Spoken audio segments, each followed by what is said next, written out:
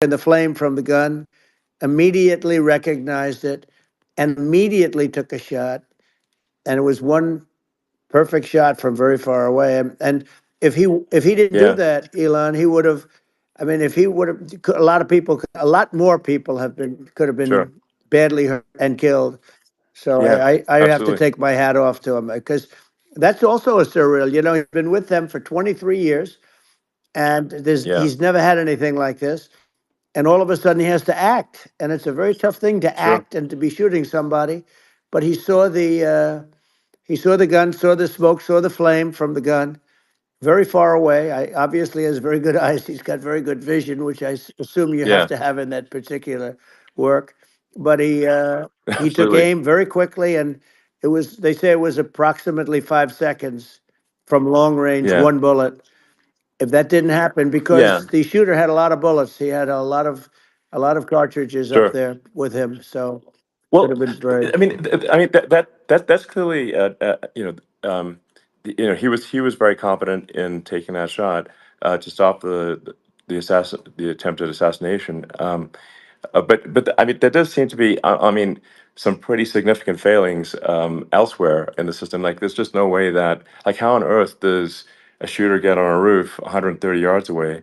That seems crazy. I think most people people are wondering how on earth could such a thing happen? Well, you know, I view it as two ways. There should have been nobody on the roof. There were people, because there were so many tens of thousands of people there. There were people that were seeing him, and there was one woman with a red shirt and Right. Trump all over I it, saw and the video. she's screaming, "That guy's got a gun!" You know, you saw it probably. There's a No, I guy saw up the there videos. with a I gun. mean, it's like I guess, I mean, for my part, and I think probably many members of the public are wondering how the heck are, basically people wondering by it, pointing out there's a guy on the roof with a gun. Yeah. And they're seeing it, but somehow it's not being addressed. That does seem Yeah, crazy. well, they're going to learn from this. The communication between the local police, who sort of had an idea, and then ultimately a man lifted himself up to the roof, could barely do it because he was pulling himself up, and Yeah. he saw the man with the gun. The man with the gun pointed the gun at him. He thought he was probably going to get shot, but he was like pulling himself up, and because of that, he couldn't get to his gun. And he fell down, actually very badly hurt his leg, his ankle.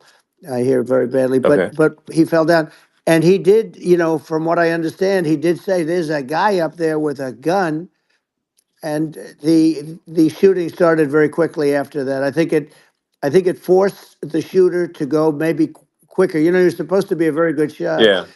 My sons, Don and Eric, they can't believe what happened, but they said from 130 yards, a bad shot would hit that target almost every time. They said it's like in golf, Yeah. sinking a 2-foot putt. Yeah. It's not a tough No, shot. it's not a long shot. The Secret Service person had the long shot. He had triple the Yeah. distance actually. So it was a terrible thing. Look, it's hard. I have to say this about the Secret Service. When I went down, and I went down based on, I think they're screaming, but other people also, because people saw this happen. You had so many people. One of the miracles was that nobody ran. I mean, if a gun goes off, the crowd Yeah. control people showed us this. When guns go off, and it does happen in stadiums at a soccer match or some kind of a match, everybody flees. They call it a stampede, like cattle. But everybody, and a lot of Yeah. people get killed with those stampedes. We had Sure. more people than you'd have at, some of these matches or these games, and nobody left. You had a small group behind us in the grandstand, and that was full. And you look at it as it was taking place, and normally they'd be running. They didn't leave. They saw that I was hurt. They saw a lot of blood, and they saw that I went down, and it's almost like they wanted to be with me. Well, out front, you had thousands, tens of thousands of people. As far as the eye could see, you had people in Butler, as far as the eye could see, and Yeah. a lot of press too. There were many cameras on watching this. it's what makes it so different, because normally things happen that aren't good, but you never have a picture of it. Here we have all these cameras shooting it. So, Yeah, sort of amazing. But one of the interesting things was that you didn't have anybody flee. You didn't have anybody stampede. sure. Nobody. And there were some people behind me, they stood up and they're looking like, I mean, I'll tell you, Yeah, you yeah. want to have them in a foxhole with you. I want to meet some of those people Sure, because sure. it's so different from what you heard. But so, so I was down, but the Secret Service Yeah, guys, there were bullets flying right over my head. You could hear them go whizzing. yeah, And these guys came jumping on top of me, and a young lady, Kate, uh, would jump. They moved so fast, and let me tell you, that took tremendous courage. Now there was a lack of coordination. There was, obviously everybody understands that somebody that building should have been covered, and yeah. I mean, that was I the think big that thing. like, I mean, looking at the aerial views, that building would be like the number one spot for a sniper. I mean, it's like the if you were to pick like what is the favorite what if you so if the goal is to assassinate, what's your favorite spot? That building, the You're roof of that right. building would be number one. That would have been the spot. It's like you can ask for a better No, location. It's like number no, that one. would have been the spot. Um, You know what people think yeah, is when the local policeman, who, by the way, he really he did what he was supposed to do. He couldn't hold on any longer, and then when he got yeah, his head just peeking above, this guy standing there with a gun at his head, and when he fell down again, hurt his ankle very badly. But he was making the calls. But what happened is the firing took place very soon. So what they yeah, think is that this guy ran to his site, which he had all planned out with the gun. He ran to the site and he started shooting fast, and maybe that's why he sort of missed. I mean, he uh, yeah. But he as you got said, me, but he it would have could have hit. been I mean, a much yeah. bigger problem. But he totally would have hit if you hadn't turned your head. So like there was it was a very near It thing. was a So miracle. If I hadn't um, turned my head, yeah, I would not be talking to you right now. As much as I like you, exactly. I would not. Yeah, I would well, not be talking to you. maybe talking to me from another realm, perhaps. Yeah, that's Um, right. We'd be talking from a so different place. But it was a very terrible experience. The Butler Hospital, they did such a great job. The doctors were so good. Everybody was so good. There was a mistake. If somebody knew, because people were hearing that, there was just a bad feeling that there was somebody was around. You know that story now. It's been pretty yeah, well. yeah, And yeah, if somebody could have said, because they've oftentimes said, like there'd be a lightning storm or something, because I've done, I think, over 300. I think I did a lot more than that, but we did a lot. And oftentimes they'll say, sir, could you wait 10 minutes, please? Sir, could you wait 20 minutes? There's a storm overhead or lightning or something, right? And yeah, that happens yeah, often. And this would have been a perfect time for that to have happened, but it yeah. didn't get coordinated. That was the problem. Well, it was your I think your actions in the heat of fire, and like what I find admirable there was that you can't fake bravery under such circumstances. The courage is instinctual or it is not. It's not a rehearsed action, and so I just want to say that I think a lot of people admire your courage under fire there, and Well, yeah, so thank you very yeah, much. I appreciate it. I didn't think of it. I just wanted to get up and I wanted to stand up. I wanted to let people know, I felt I was good when they were on top of me, covering me, actually, very much covering me, and very bravely. But I wanted to get up. I said, I want to get up. And they wanted, they have everything there. They wanted stretcher. I didn't like the stretcher. And I knew I was hit in the ear, but I knew I wasn't hit anywhere else. They felt I was hit someplace else yeah, because it was such a lot of blood, and they were sure that I was hit someplace else. And they were saying, "Sir, you were hit in more than the ear." I said, "Nope, I was hit in the ear. I want to get up.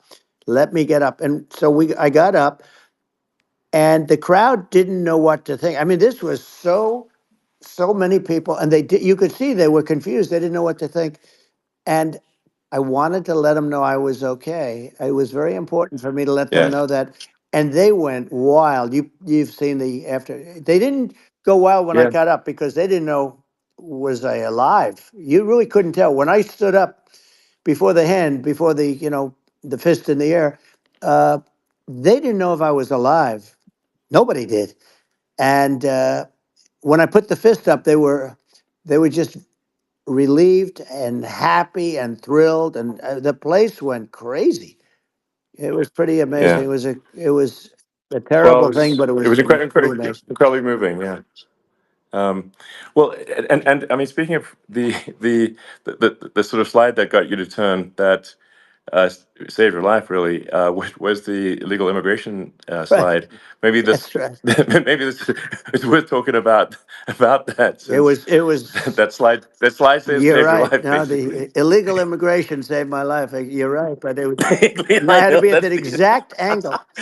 I mean that's a great one.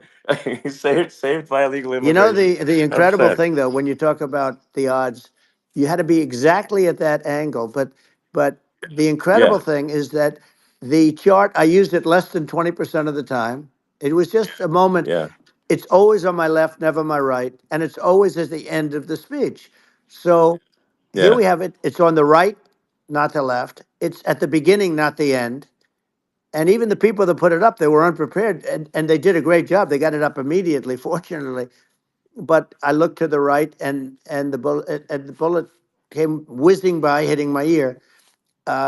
So it was amazing. But when you think of the odds of that, and Yeah. you Yeah. know that normally you wouldn't use it. Normally I wouldn't have the thing, and then it would Yeah. have been a very different story. It's very much. I say an act of God. It's a miracle that it happened, and I'm Sure. honored by it. I'm honored by it. Well, what were you about to say about illegal immigration before you were rudely interrupted with a Well, I was bullet? going to say how good the numbers were. By the way, we're going back to Butler, and we're going to go Great. back in October. We're all set up, and the people are fantastic in Butler. It's a great area. Great. These are incredible people. Like the three that, in the case of Corey killed, and the other two, the families are. I got to know them a little bit, and the families are great. But we're going back to Butler, and I think I'll probably start by saying, as I was saying, As you prior were to saying, being so so, horribly interrupted. yeah, But yeah. So rudely interrupted by an yeah, assassination so it was. attempt. But no, but the chart, Some people have no manners. Elon, the chart was just a chart that in my last week we had the best illegal immigration numbers, meaning stopping. It was at the lowest. You've seen the chart. It's become quite a famous Yeah, chart, yeah, but that was the lowest yeah. point ever recorded. It was a really, I mean, I was very proud of those numbers. And then you see what happened with these people, Kamala and Joe. You see what happened. They just let it go. I had remain in Mexico policies. I had all these different policies that was so good. Uh, Guys like Tom Homan and Brandon Judd from Border Patrol. All these are all people that they've been on television. They says the best numbers we've ever had. We had so many different checks, catch and release in Mexico, not the United. We had catch and release in the United States. We had it in Mexico. We had so many things. We had things where if many people come in there, they have contagious diseases. We had everything passed. If you have a contagious disease, I'm sorry, but we cannot allow you into the country. So we were setting Yeah, literally records, and I all I was doing is showing that, and I use it sometimes, sure. and in this case, I'm glad I used it. I can tell you that, but they were fantastic numbers. But I'm going to sleep with that chart always. I'll be sleeping with that chart. That chart was very important for a lot of reasons. Well, I mean, would it be accurate to say that you're supportive of legal immigration, but we also need to shut down illegal immigration, and especially unvetted illegal Yes, immigration, because and that's not the same as saying that everyone who's an illegal immigrant is bad. In fact, I think most people who are illegal immigrants are actually good, but you can't tell the difference unless there's a solid vetting of who comes across the border. Does that accurately 100%. represent your position? I say it Okay. very simply. They have to come in legally. They have to be checked Yeah. because look, Kamala was the border czar. Now she's denying it. Everything that I do, she's Yeah. saying she was strong on the border. We're going to be strong. Well, she doesn't have to say it. She could close it up right now. They could do things right now. It's horrible. Uh, no tax on tips. And all of a sudden she's making a speech and there will be no tax on tips. I said that months ago. And by the way, they had just the opposite. They had not only tax on tips, but they hired 88,000 IRS agents, and many of them were assigned to go get waitresses and caddies and all of this on tips. They have a policy. They had a policy that they were really going to go after you and were really harassing people horribly. And then all of a sudden, for politics, she says, she comes out with what I said, which I think is terrible. And I think it's also hitting them very hard. These people are fake. Now they're also saying they did a good job in the border. We had the worst numbers in the history of the world, not of our country. There's never been a country in history that has had a catastrophe like this. We've had, I believe, and I think you believe this too, you hear 12 Yeah. million, 13. I believe it's over 20 million people came into our country, Yeah. many coming from jails, from prisons, from mental institutions, or a bigger version of that is Yeah. insane asylums, and many are terrorists. And I'll tell you what, they're coming not just from South America, they're coming from Africa, they're coming from all over the world. They're coming from Asia, they're Yeah. coming from the Middle East, they're coming from countries that are uh, stupidly and horribly bombing Israel October 7th. They're coming from all over the world. And you look at, it's so sad October 7th because it should have never happened. Yeah. It's so sad when Sure. you look at Ukraine. It should have never happened. We have a defective Yeah. government. These are defective people, and they're not people that should be running it. But where you see it the best is the border, because you have millions of people coming in a month, and then she gets up and she tries to pretend like she's going to do something. She had 3.5 years. And by the way, they have another 5 months that they can do something, but they Yeah. won't do anything. It's all talk. She's No. incompetent and he's incompetent. And frankly, I think that she's more incompetent than he is. And that's saying something because he's not too good. Yeah. No, I think it is essential to have a secure border. I mean, you're really not a country unless you have a Correct. secure border. And And uh, secure elections, you too. know, yeah, absolutely secure elections. And so it's just essential to have a real border, or we can't function as a country, and our service, our central services are being overwhelmed in a lot of cities. Um, and as we were talking about earlier, I think having a legal immigration process that is smooth and efficient and done well. And speaking as someone who is a legal immigrant, and I think I mean, like one way to think of it is, who do you want on your team? Um, who do you want on Team America? And I think we want to just say, okay, we want to let in people who are gonna, be great contributors to our society and to our economy, Right. and who do you want on the team? And it's not to say that, like in my opinion, actually, I'd say like probably most of the illegal immigrants actually are actually good, hardworking people. That's my opinion. But some are not, and you just have this sort of adverse selection process where, if somebody's if somebody's like you know um, uh, has a career in theft or robbery, I don't understand what's taken them so long to get here, because we're such a target-rich environment. Um, I mean, why aren't more people who have a career in, bad things coming here sooner? Because I mean, it's a piece of cake to go rob, houses in LA or New York, compared to other parts of the world. And, in a lot of places in America, if you try to stop the person who's robbing you, you'll be arrested. Yeah. Yeah. So it's insane. It's right. I mean, what's happening with crime, and our police are so good, but they're not allowed to do their job. But I have to tell you, Elon, I They're hate not. to say it because it's such a downer to say it. I hate to say it. I hate it. But uh, you have a lot of people that just shouldn't be. I think it's a much bigger number than you think. They're I allowing, think you're again, right. they're Yeah. allowing people from their jails. And if you were running one of these countries where they're coming from, you would have had all of them. As an example, Venezuela, their crime is down 72%. They're taking their drug dealers, they're taking, frankly, their prisoners, they're emptying out their prisons, they're taking their criminals, their murderers. they're rapists, and they're Yeah, delivering them into but the. that's what Castro did. Yeah, That well, he did on a he much smaller scale. yeah, It was a much smaller yeah, scale. But this is a massive scale because this is being done worldwide. But here's what's happening: crime all over the world is down. And wait till you see the numbers that we have. This is migrant crime. This is crime that's going to be. yeah, And I saw it today in New York, where somebody was knifed with raped the girlfriend of a man that stood there watching in New York in one of the shelters, and started sure, pulling out the knives, and bad things happened today. But this is happening every day. These are rough people. These are people that are in jail for yeah, murder and all sorts of things, and they're releasing them into our country, and they're telling them, if you come back, we're going to kill you. We're going to give you the death penalty or kill you.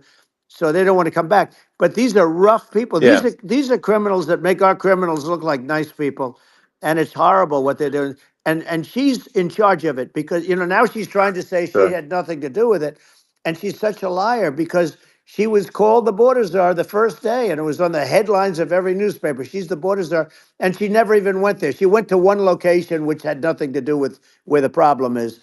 She went in and out, I right, guess, because she was getting a lot of pressure, yeah, but yeah, had nothing to do with the problem yeah. is. But she was Well, the border czar, and people yeah, yeah, can't allow them to get away with their disinformation campaign. Now she's trying to say that she wasn't.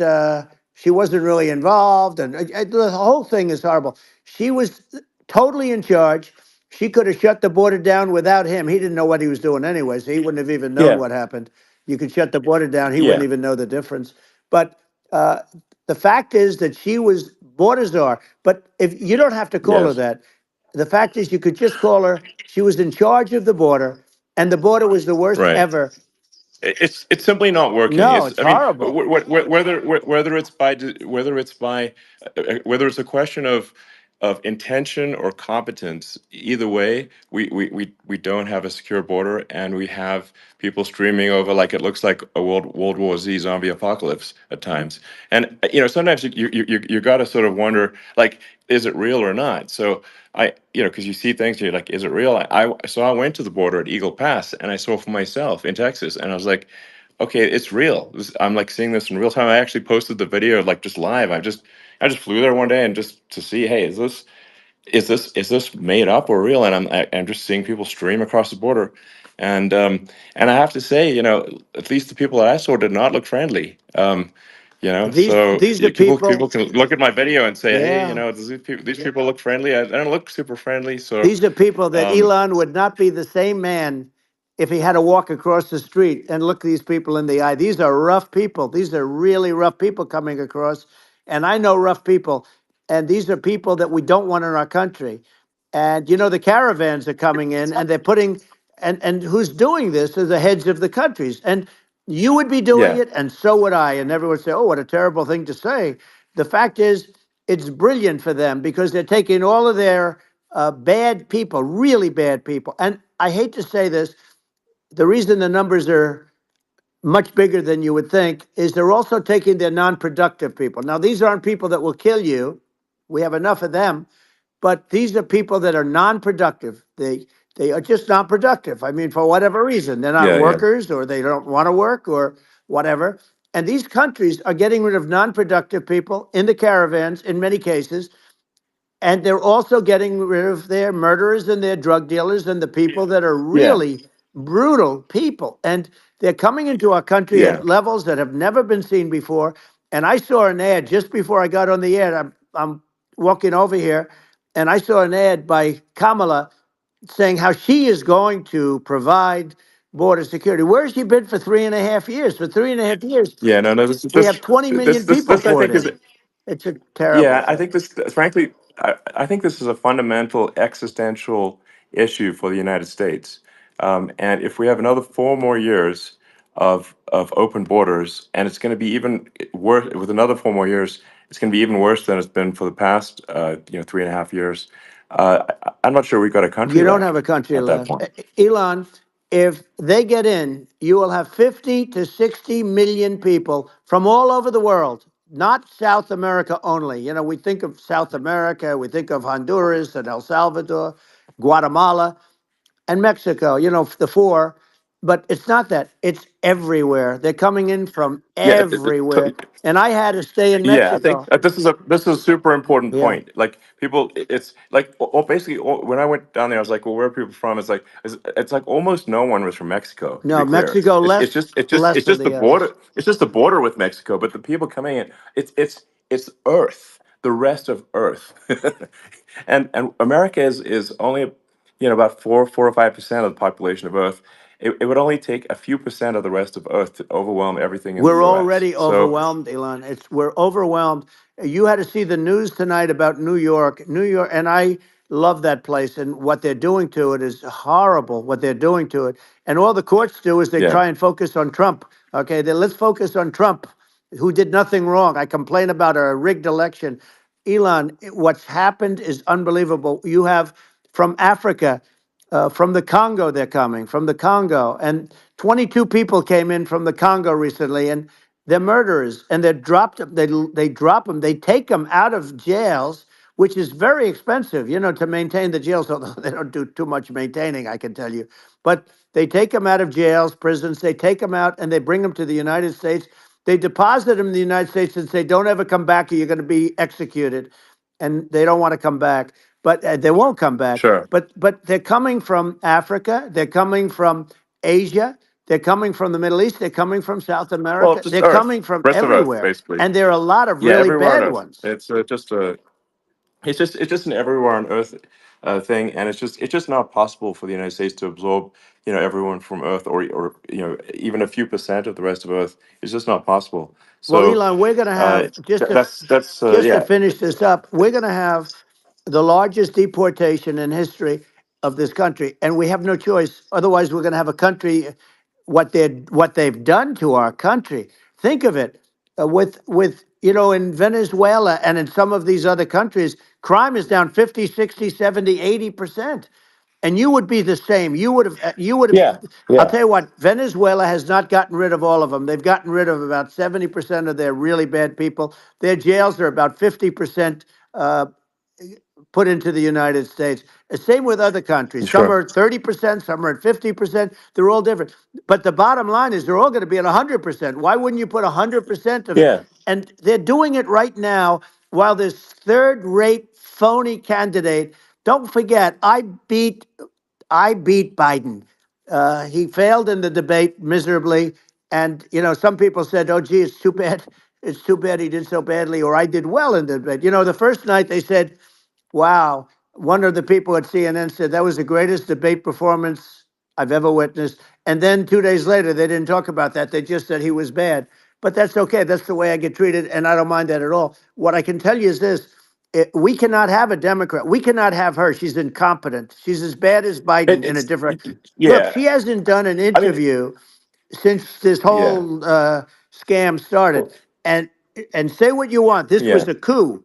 This was a coup of a president of the United States. He didn't want to leave, and they said we can do it the nice yeah. way or we can do it the No, hard way.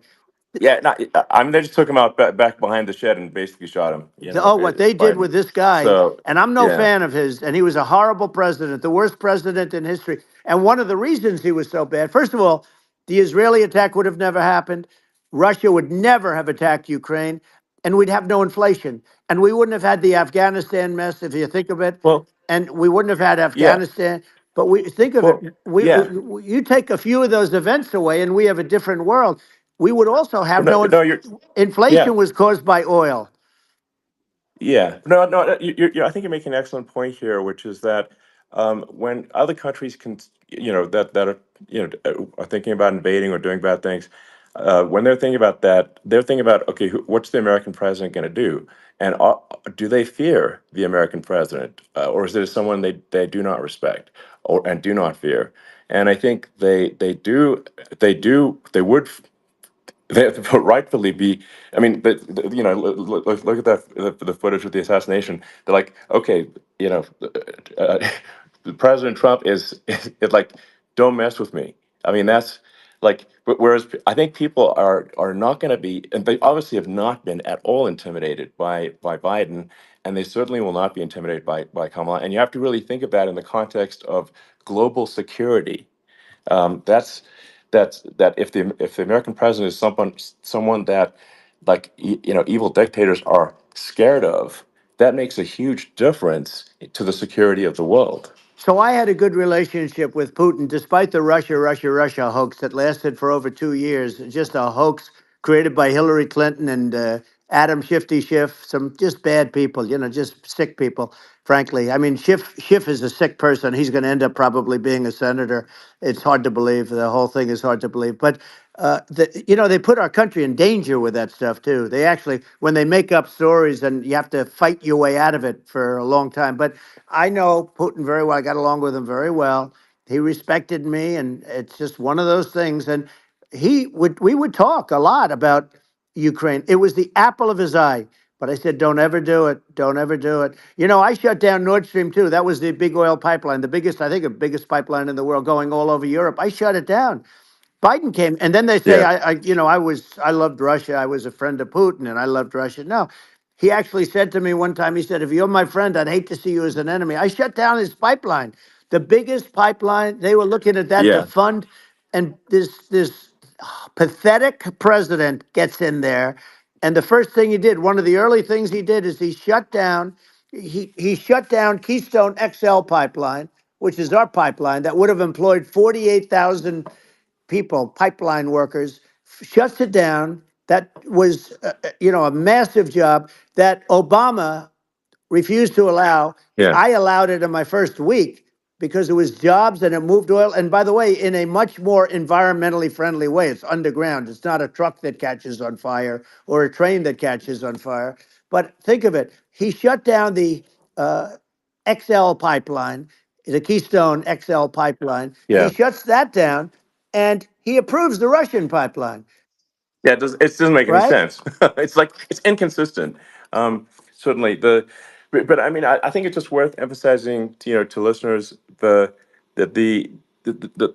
immense importance of whether the United States president is intimidating or not intimidating, and how much that matters to global security, because there's some real tough characters out there, and if they don't think the American president is tough, they will do what they want to I do. know every one of And them. it puts the whole Yeah. world in danger. Elon, I know every one It's of a them, big and I know deal. them well. I know Yeah. Putin. I know President Xi. I know Kim Jong-un of North Korea. I know every one of them.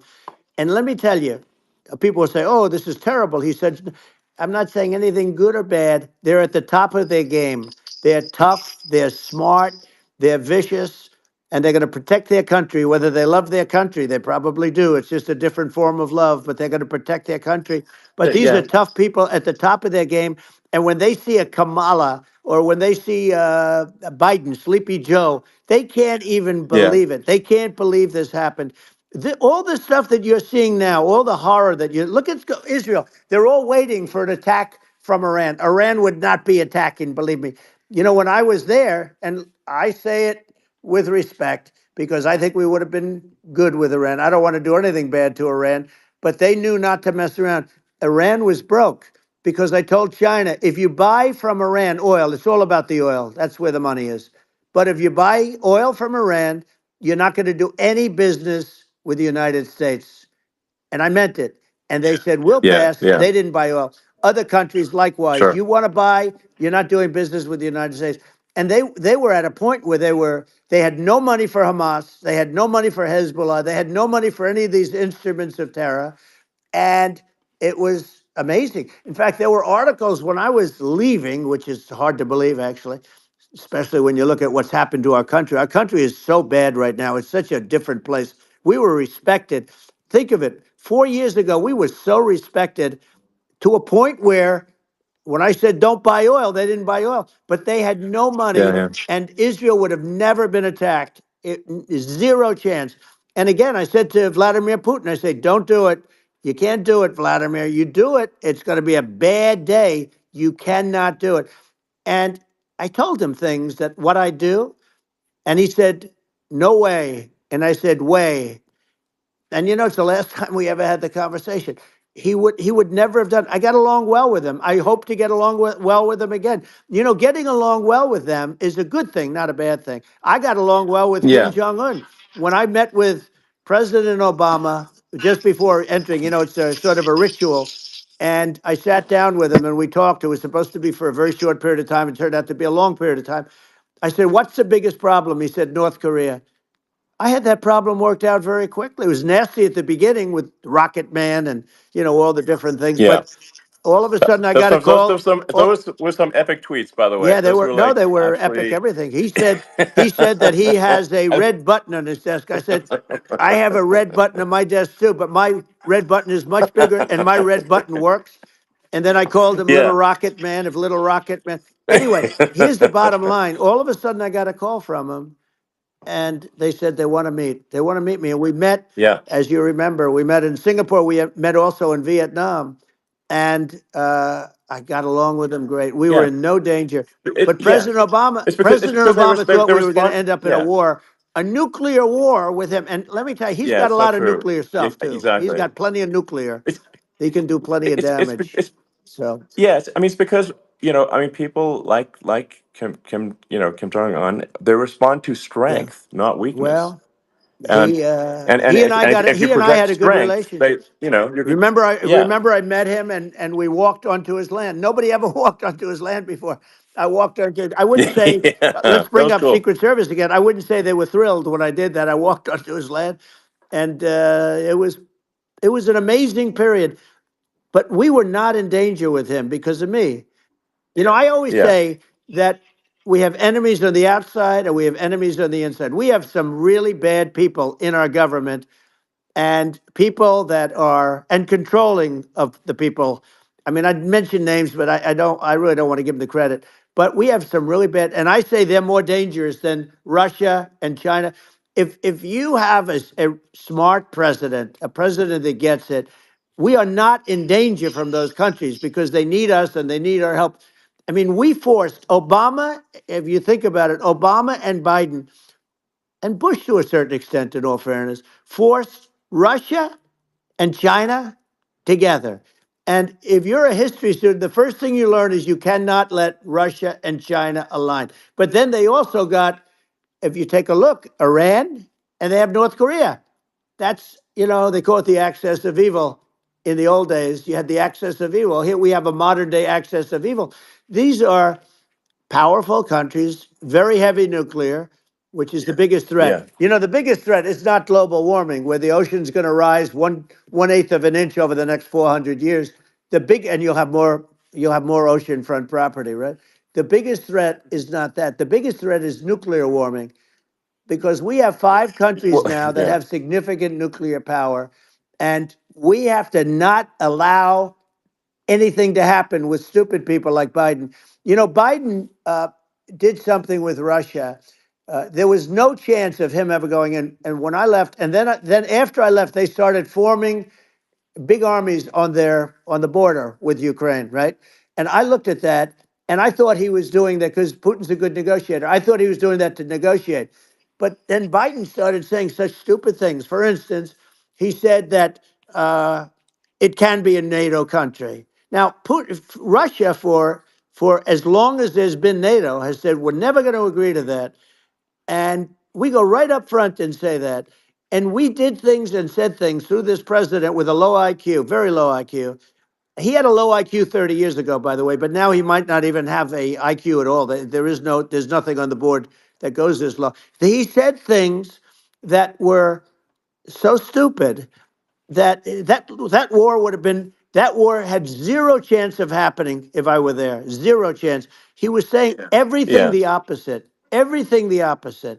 And it's so sad because many more people have been killed in Ukraine than you read about. You don't read about how bloody it is and how disastrous. Sure. Hey, look, just in the 2 armies, you lost 500,000 people.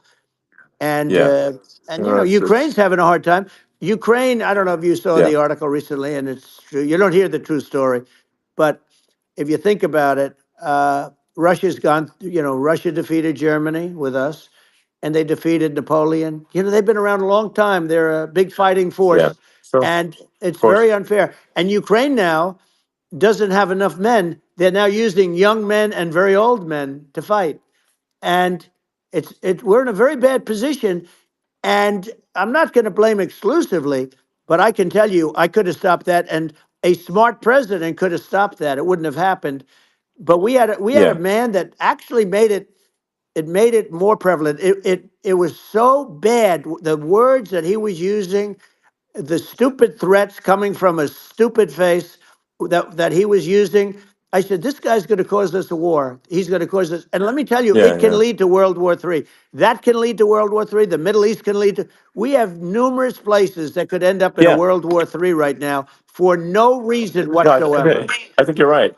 I think people underrate the risk of World War III, and it's just when you're looking at the risk of global thermonuclear warfare, it's game over for humanity, and that's it's something that people have. I think after the end of the Cold War, people have become complacent about, but they actually have forgotten that there are currently a lot of nuclear missiles that have targeting parameters for the United States from other 100%. countries. And one of the things And we're going to do is it's we're going to yeah, build an iron dome over us. Israel has it. We're going to have the best iron dome in the world. We need it, and we're going to make it all in the United States. But we're going to have protection because it just takes one maniac to start something. We're going to have protection, and we're going to have. Why shouldn't we have an iron dome? Israel has one. Some other places yeah, have one that nobody even knows about, frankly. But Israel has it. We're going to have an iron dome. But with all of that being said, to me that's so important, the most important. But with all of that being said, the election's coming up, and the people want to hear about the economy and the fact that they absolutely sure. can't buy groceries because they don't have enough money to buy groceries. The inflation has killed them. Food prices are up 50, 60, even 100% in some cases. And this stupid administration allowed this to happen.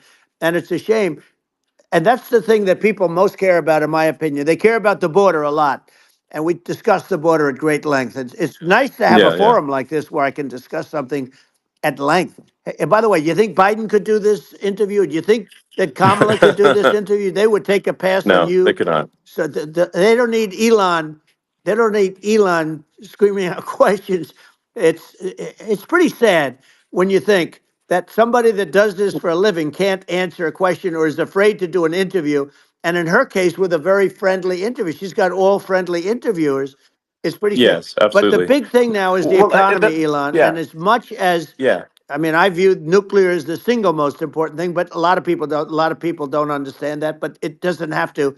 If I understand it, that's all you need. Because if I was president, you're not going to have that kind of a problem. But the thing that they really is making them angry is what Kamala and Biden have allowed to happen to the economy. It's a disaster with inflation. The inflation, it yeah, doesn't matter what you make. The inflation has eaten you alive. If you're a worker or if you're just a middle income person, you can't afford.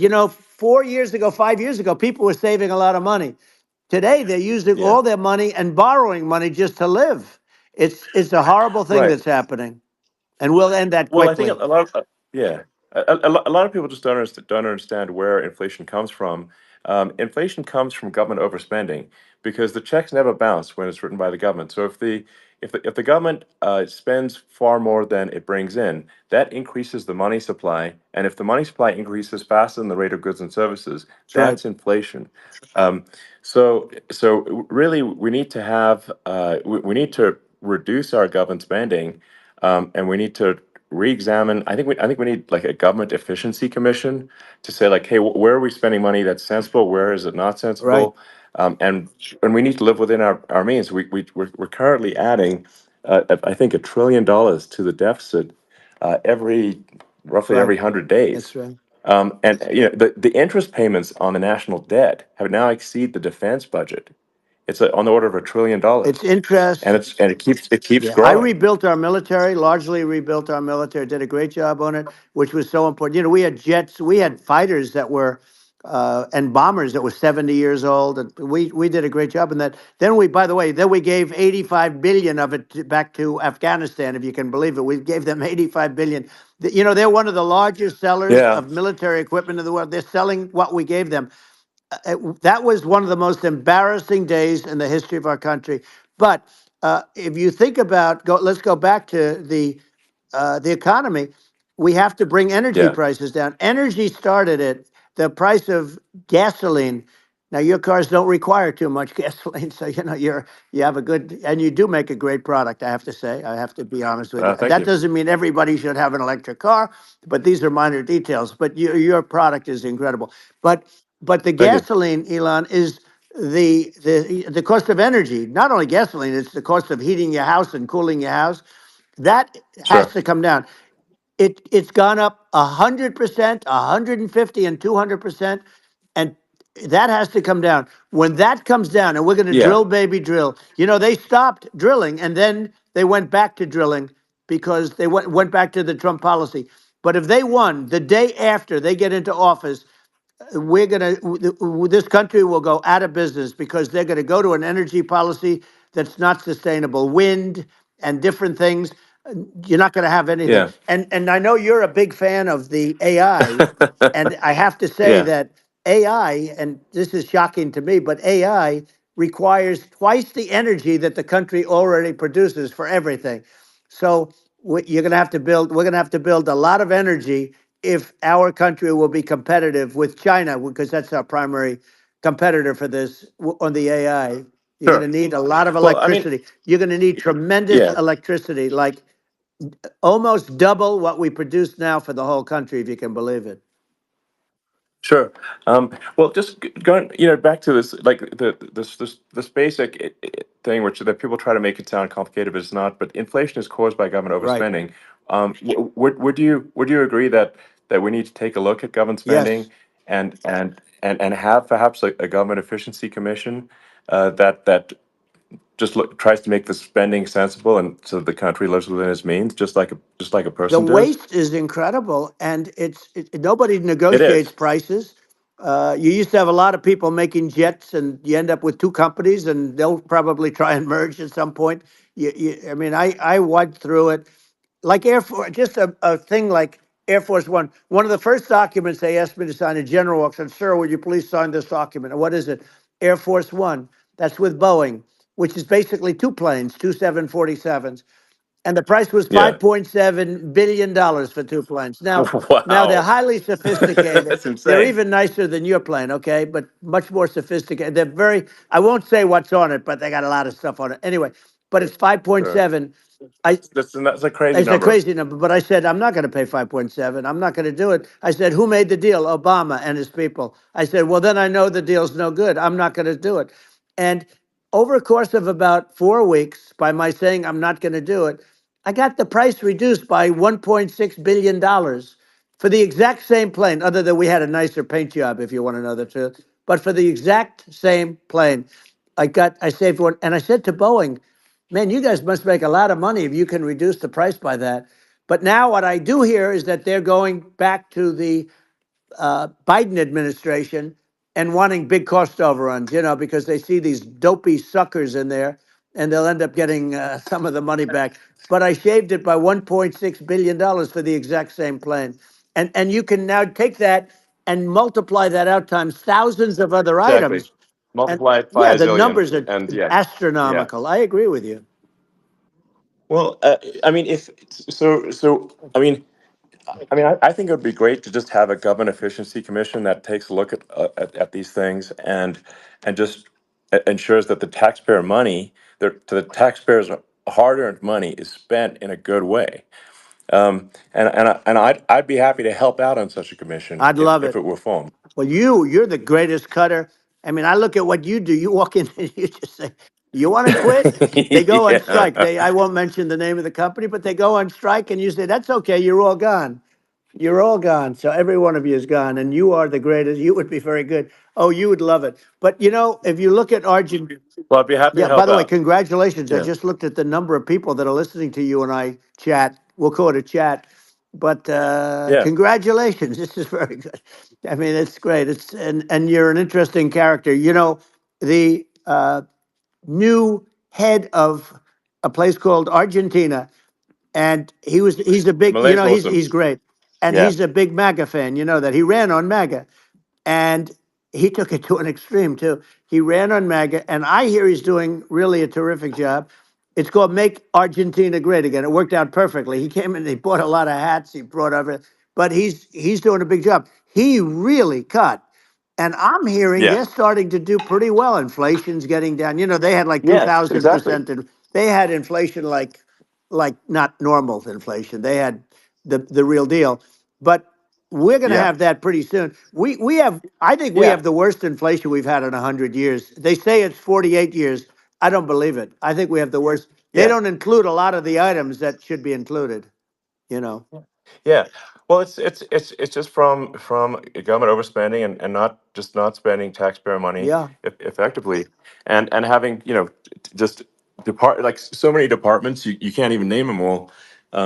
And what Milei is doing is he's cutting government spending. He's simplifying things. He's having putting in regulations that make sense, and we're Argentina overnight is experiencing a giant improvement that's in right. prosperity.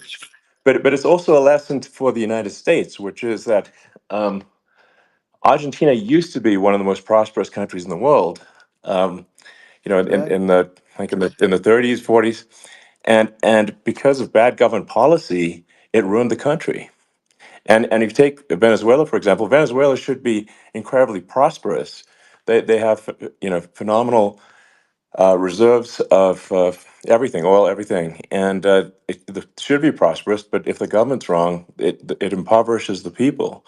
And so I think we should not be complacent in the United States and thinking that and taking our prosperity for granted, because if with bad government policy, we can run the country into the ground, and that's just something people should bear in mind. Don't take prosperity for granted. Well, think of education. So we're ranked at the bottom of every list of the top 40.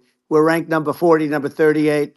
Uh, Norway, Switzerland, Sweden, different countries are ranked good. Actually, China's pretty close to the top. They're a top 6 or 7. But we're ranked at the bottom, almost at the bottom, 38, 39, 40.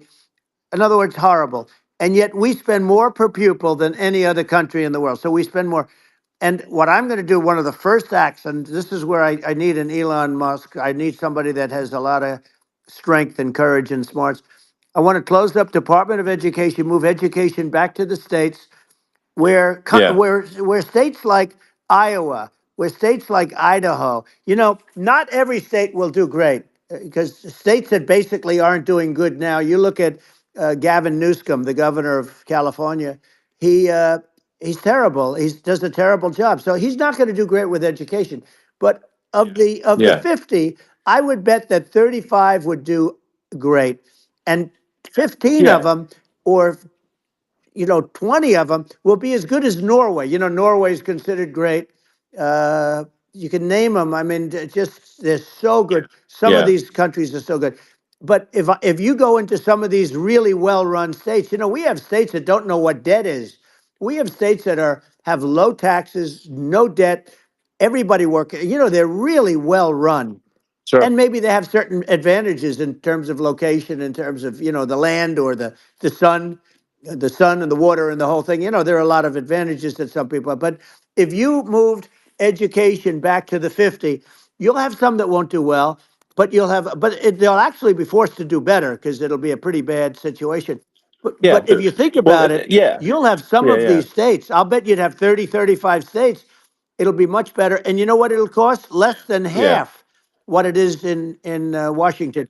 And yeah. these people don't care Well, about the yeah, students in these, faraway states. And it'd well, be unbelievable. yeah. I think you're making a good point in that if the states have to if if each state has to compete against other states, then people will That's naturally right. move to states where it's better. Well, like Um, California, as we said, it's a badly run state. I could go through it. I got so many friends that are in those states, even if they're Democrats. I hate to mention certain states, but Illinois is badly run with Pritzker. He's a real loser. But yeah, but some of these places are just badly run. But it's almost going to force them to run better, and they won't do a good at initially. But you're not going to do worse than you're doing right now.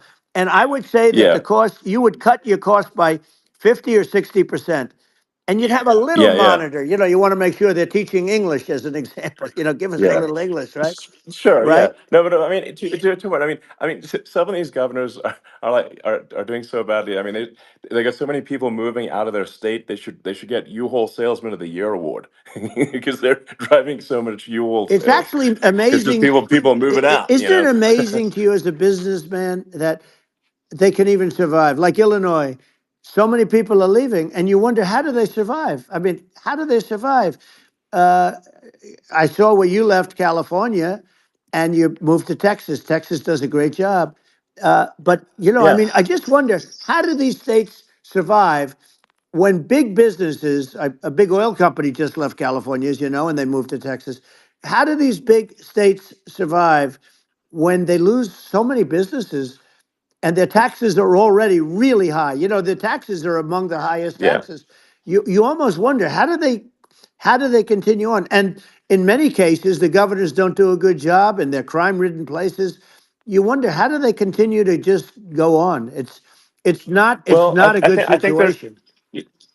I mean, I think the only thing that's going to force some of these states to change is if they risk bankruptcy and they're not getting bailed out by the federal Right, government. right. Well, you're That's gonna that's you're the gonna only thing have that's going to that. get them to change. You remember the Yeah, area in California where they had that, where I guess somebody had sticky fingers and they stole a lot of money, and they went into a form of chapter, and it was very yeah, nasty for yeah. a period of time. But now it's probably the most popular place in all of California. So at some point, something like that may have to happen.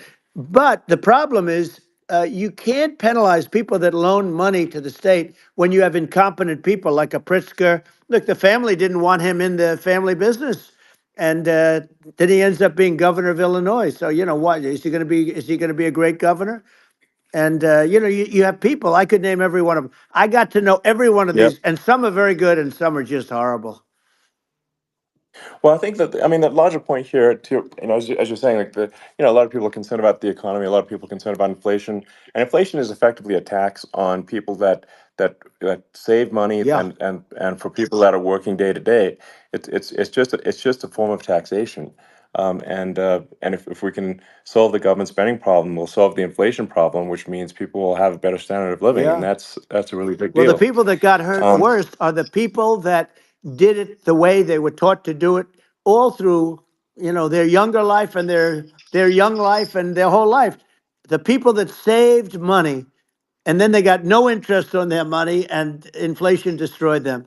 And frankly, they were almost better off if they didn't do anything like that. I mean, those people have been absolutely decimated, and we're going to bring those people back and help those people. We've got to get the prices down.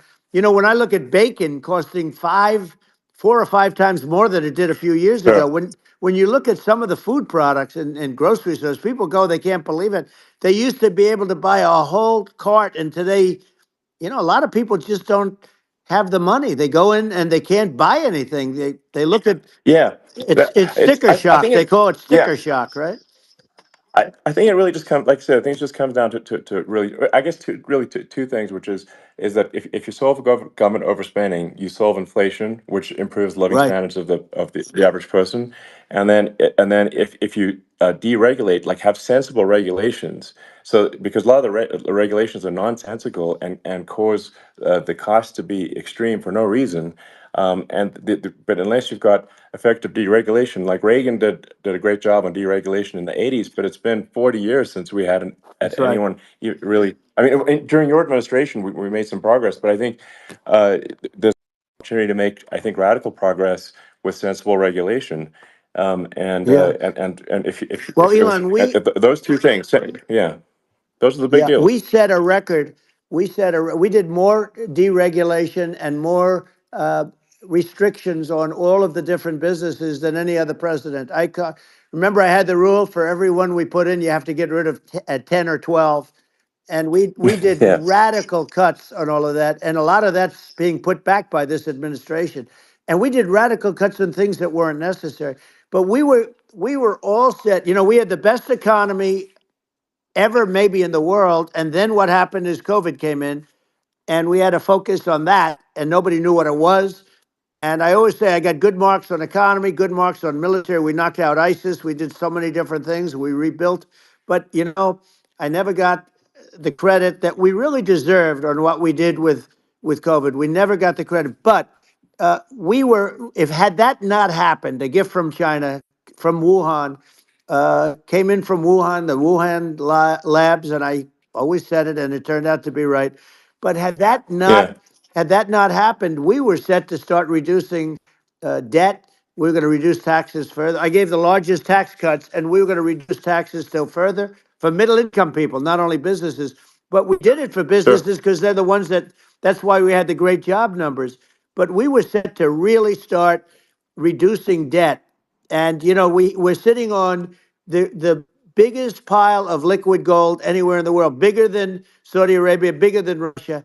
And we were going to drill and we were going to make so much money. We were going to supply Europe with oil. I had stopped the Russian pipeline and we were going to supply them with oil and gas. We were going to make a fortune. And then the COVID came in, and we really had to divert. Then what happened is when they came in, we kept a lot of businesses alive. If I didn't do what we did, we would have had a 1929 type depression. But the problem is when Biden came in, he got trillions of dollars and just started spending it stupidly. You didn't need it anymore. We got over that bad period where everybody was dying and feeling, it was just not a good period. Interestingly, during his administration, many more people died during his administration of COVID than during my administration, and we really got the brunt of it. But people don't realize more people died during his administration than ours. But it diverted us from doing what I wanted to do. But we had the greatest for almost 3 years. We had the Yeah. great, and you know that probably better than anybody. So many of your friends said to me, the best years we've ever had in business were during the Trump years, and also said that African American, Hispanic American were so incredible. They were having the best. Asian American women, men, young people without a diploma, young people that graduated from the best colleges, from MIT, from the Wharton School, from all of the great colleges, Harvard. They were doing better, and people without a diploma were doing better, and everybody was happy. And then COVID came, and we Sure. had the problem is they spent trillions and trillions of dollars. They wasted. They shouldn't have taken any money, and we wouldn't be having inflation right now, which is killing our country. Yeah. Yeah. Yeah, and absolutely. I mean, I should probably say something about maybe my views on climate change Yeah, and oil and gas, because I think I'm probably different from what most people would assume. Because my views are actually pretty, I think, moderate in this regard, which is that I don't think we should vilify the oil and gas industry and the people that have worked very hard in those industries to provide the necessary energy to support the economy. And if we were to stop using oil and gas right now, we would all be starving, and the economy would collapse. So I don't think it's right to sort of vilify the oil and gas industry, and the world has a certain demand for oil and gas, and it's probably better if the United States provides that than some other sure. countries, and it would help with prosperity in the U.S. And at the same time, obviously, my view is like we do over time want to move to a sustainable energy economy, because eventually you do run out of. I mean, you run out of oil and gas. It's not infinite. Um, and there is some risk. I think the risk is not as high as a lot of people say it is with respect to global warming. But I think if you just keep increasing the parts per million in the atmosphere long enough, eventually it actually simply gets uncomfortable to breathe. People don't realize this. If you go past 1,000 parts per million of CO2, you start getting headaches and nausea. And so we're now in the sort of 400 range. We're adding, I think, about roughly 2 parts per million per year. So I mean, it still gives us. So what it means is like we still have quite a bit of time, but so there's not like we don't need to rush, and we don't need to stop farmers from farming, or you know uh, prevent people from having steaks or Right, basic stuff like right. that. Like you can leave the farmers alone, I agree. in How my opinion. crazy is that where I mean, you have farmers that are not allowed to farm anymore and have to get rid of their cattle, and the whole world is yeah, a that's little silly. crazy, but it's largely taken its lead from us.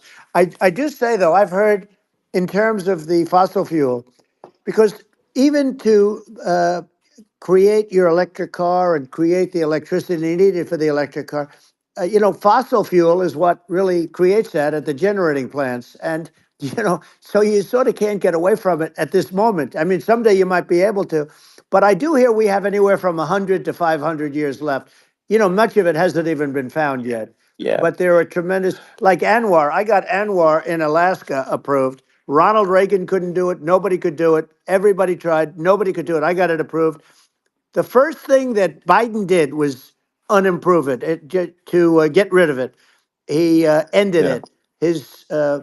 His secretary went in and she ended it. And what a disgrace. That's Anwar. That's bigger, or they think it could be bigger than Saudi Arabia in Alaska. Could be bigger than Saudi Arabia. But they went in and they terminated it. And I'll get it going very quickly, because not only is it big for Alaska, I mean, you talk about economic development, that for the United States, I mean, that is, they say bigger than Saudi Arabia or the same size, and pure, Yeah. really good stuff. And, they end it. So I think we have, perhaps hundreds of years left. Nobody really knows. But during Yeah. that I mean, time, my something will estimate. come around that will be Yeah. very good. Yeah. Yeah. Well, I mean, and my estimate would be, a little more aggressive than that, but it's not the sort of like we're all going to die in 5 years stuff. That's obviously BS. Um, but I mean, my view is like if you just look at sort of the parts per million that increments every year, you get sort of 2 or 3 parts per million every year of CO2. Uh, I mean, I think some of that it's problematic if it accelerates, if you start going from 2 or Right. 3 to say 5, and then there may be some situations where you get just a step change increase in the CO2, Hmm. and I think we don't want to get too close to 1,000 ppm, because like that's actually makes it uncomfortable to breathe. Like just existing in 1,000 ppm CO2 is uncomfortable. That's like that's considered like an industrial hazard. Right. Just so it's that's actually you start getting headaches and stuff. So it's even without global warming, it's not comfortable to live with. So you don't want to get too close to that. But I mean, I think we've got. I think we want to just move over and like, and if I don't know, 50 to 100 years from now, we're I don't know, mostly sustainable. I think that'll probably be okay. Um, so it's not like the house is on fire immediately, but I think it is something we need to move towards. And on on balance, it's probably better to move there faster than slower. But like I said, without vilifying the oil and gas industry, and without causing hardship in the short term, I think this can be done. Um, without but people can still have a stake, and they can still drive gasoline Sure. cars, and it's okay. It's like it's not. I don't think we should vilify people for it, but I think we should just generally lean in the direction of sustainability. And I actually think solar is going to be a majority of Earth's energy generation in the future, and it's certainly trending that way. Hmm. And so you get the solar power, combine that with batteries, so because obviously the sun doesn't shine at night, and then you use that to charge the electric cars, and you have a long-term sustainable solution. And that's what Tesla's trying to move things towards, and I think we've made a lot of progress in that regard. But when you look at our cars, we don't believe that environmentalism, that caring about the environment should mean that you have to suffer.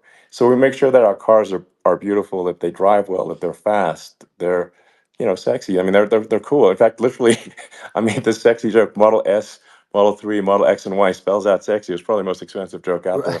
Right.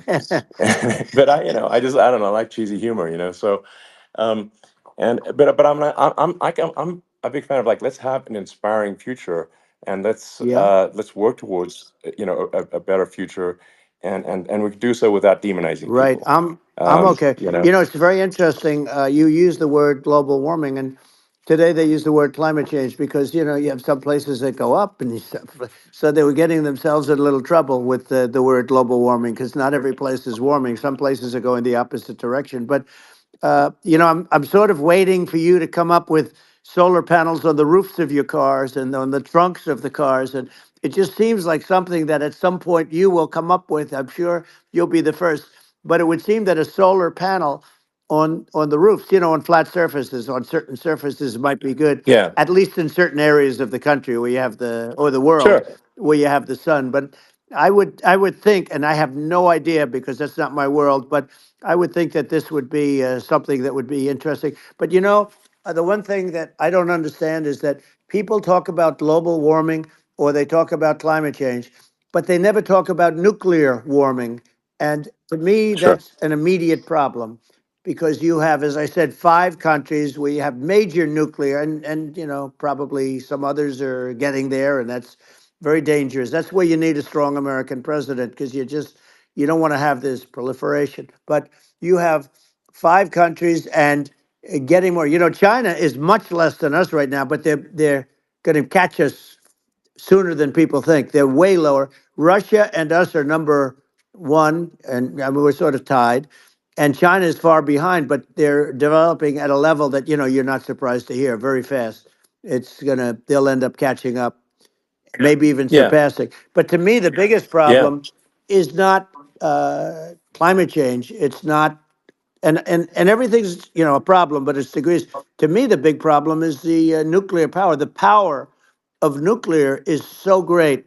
And when I talk yeah, yeah. about Nuclear power is underrated. It's I'll awesome. prevent World War Yeah. III, Oh, I will. But the truth okay. is that you have to, because this is no longer army tanks going back and forth and shooting at each other. This is Yeah. a level of destruction and power that nobody's ever seen before. Yeah, and actually, there's the bad side of nuclear, which is a nuclear war, very bad side. But there's also, I think, nuclear electricity generation is Absolutely. You're underrated, right. and it's actually, people have this fear of nuclear electricity generation, but it's actually one of the safest forms of electricity generation. It's just a huge misunderstanding. Um, And if you look at the injuries and deaths, caused by, say, I mean, I'm not going to try to pick on coal mining, but just any kind of mining Right. operation, and there's a certain number of injuries and deaths per year, and you compare that to nuclear. Nuclear is actually way better. So it's underrated as an electricity source, and I think it's something that's worth reconsidering. But there's so much regulation that people can't get it done. So that Maybe they'll have sort to of change the have it, name. The name is just, it's a rough name. There are some areas yeah, it's a rough like when name. you see what happened in, Good, bad right, branding. The we'll have to branding's rough. rebrand it. We'll have to give it a good name. We'll name it after you or something. No, No, it I has think it has a branding problem. When you see what happened it does have a branding problem. when you see what happened in Japan, where they say you won't be able to go on the land for about 3,000 years. Did you ever see that? And in Russia, where they had the problem, where there's a lot of bad things happened, and they have a problem. And they say that in 2,000 years, people will start to occupy the land again. You realize it's pretty bad, No, but that's not true. but you're Well, right no, about it. It's amazing. it's actually not that bad. So like after Fukushima happened in Japan, like people were asking me in California, are we worried about like a nuclear cloud coming from Japan? I'm like, no, that's crazy. It's actually it's not even dangerous in Fukushima. I actually flew there and ate locally grown vegetables on TV to prove it. Um, and I donated a solar water treatment, yeah, a solar powered system for a water treatment plant, and Yeah, but you haven't because the been danger feeling is so just well lately, and I'm worried about it. no, but I mean I'm it's just only kidding. it's I'm only fine, kidding. it's like Hiroshima and Nagasaki were bombed, but now they're like full cities again. So Right. it's Well, that's clearly great. not That's great. something that That's um, great. so it's not as scary as people think, basically. But Yeah. um, let's see. I mean, are there some other topics we should touch on? Oh, like lawfare. I think Well, we need to be concerned about. what they've done to Um, this country. obviously, Yeah. yeah. Well, we just won the big I mean, case in Florida. This was a Biden administration did something that's never been done in this country, and that's go after their political opponent, me, with this nonsense and just nonsense. And the big case in Florida we won, but they always pick a judge and a jury, and they use local DAs, they use the local attorney generals, like Fani, Fani, spelled yeah, Fani, Fani, and it's yeah, all a big hoax, and it's all run from there. Like in Manhattan, the one of the top people from the Justice Department went in, ran Manhattan, ran the state. The Letitia James deal was run by a person from the Department of Justice, Biden. They've never done this before, Sure. and they set up a very bad precedent. It's called lawfare, warfare. Yeah. It's a terrible thing, and never happened in our country. It does happen in banana republics and third world countries, but it's never Yeah. happened. And the incredible thing is it actually drove my numbers up because people see, fortunately I have a platform like you, or, in all fairness, like a conversation like this, where I can talk about it and people understand. I mean, you fight for election integrity and you end up getting indicted because you're fighting for election integrity. And when the day comes that you can't fight for election integrity, you don't have a country anymore.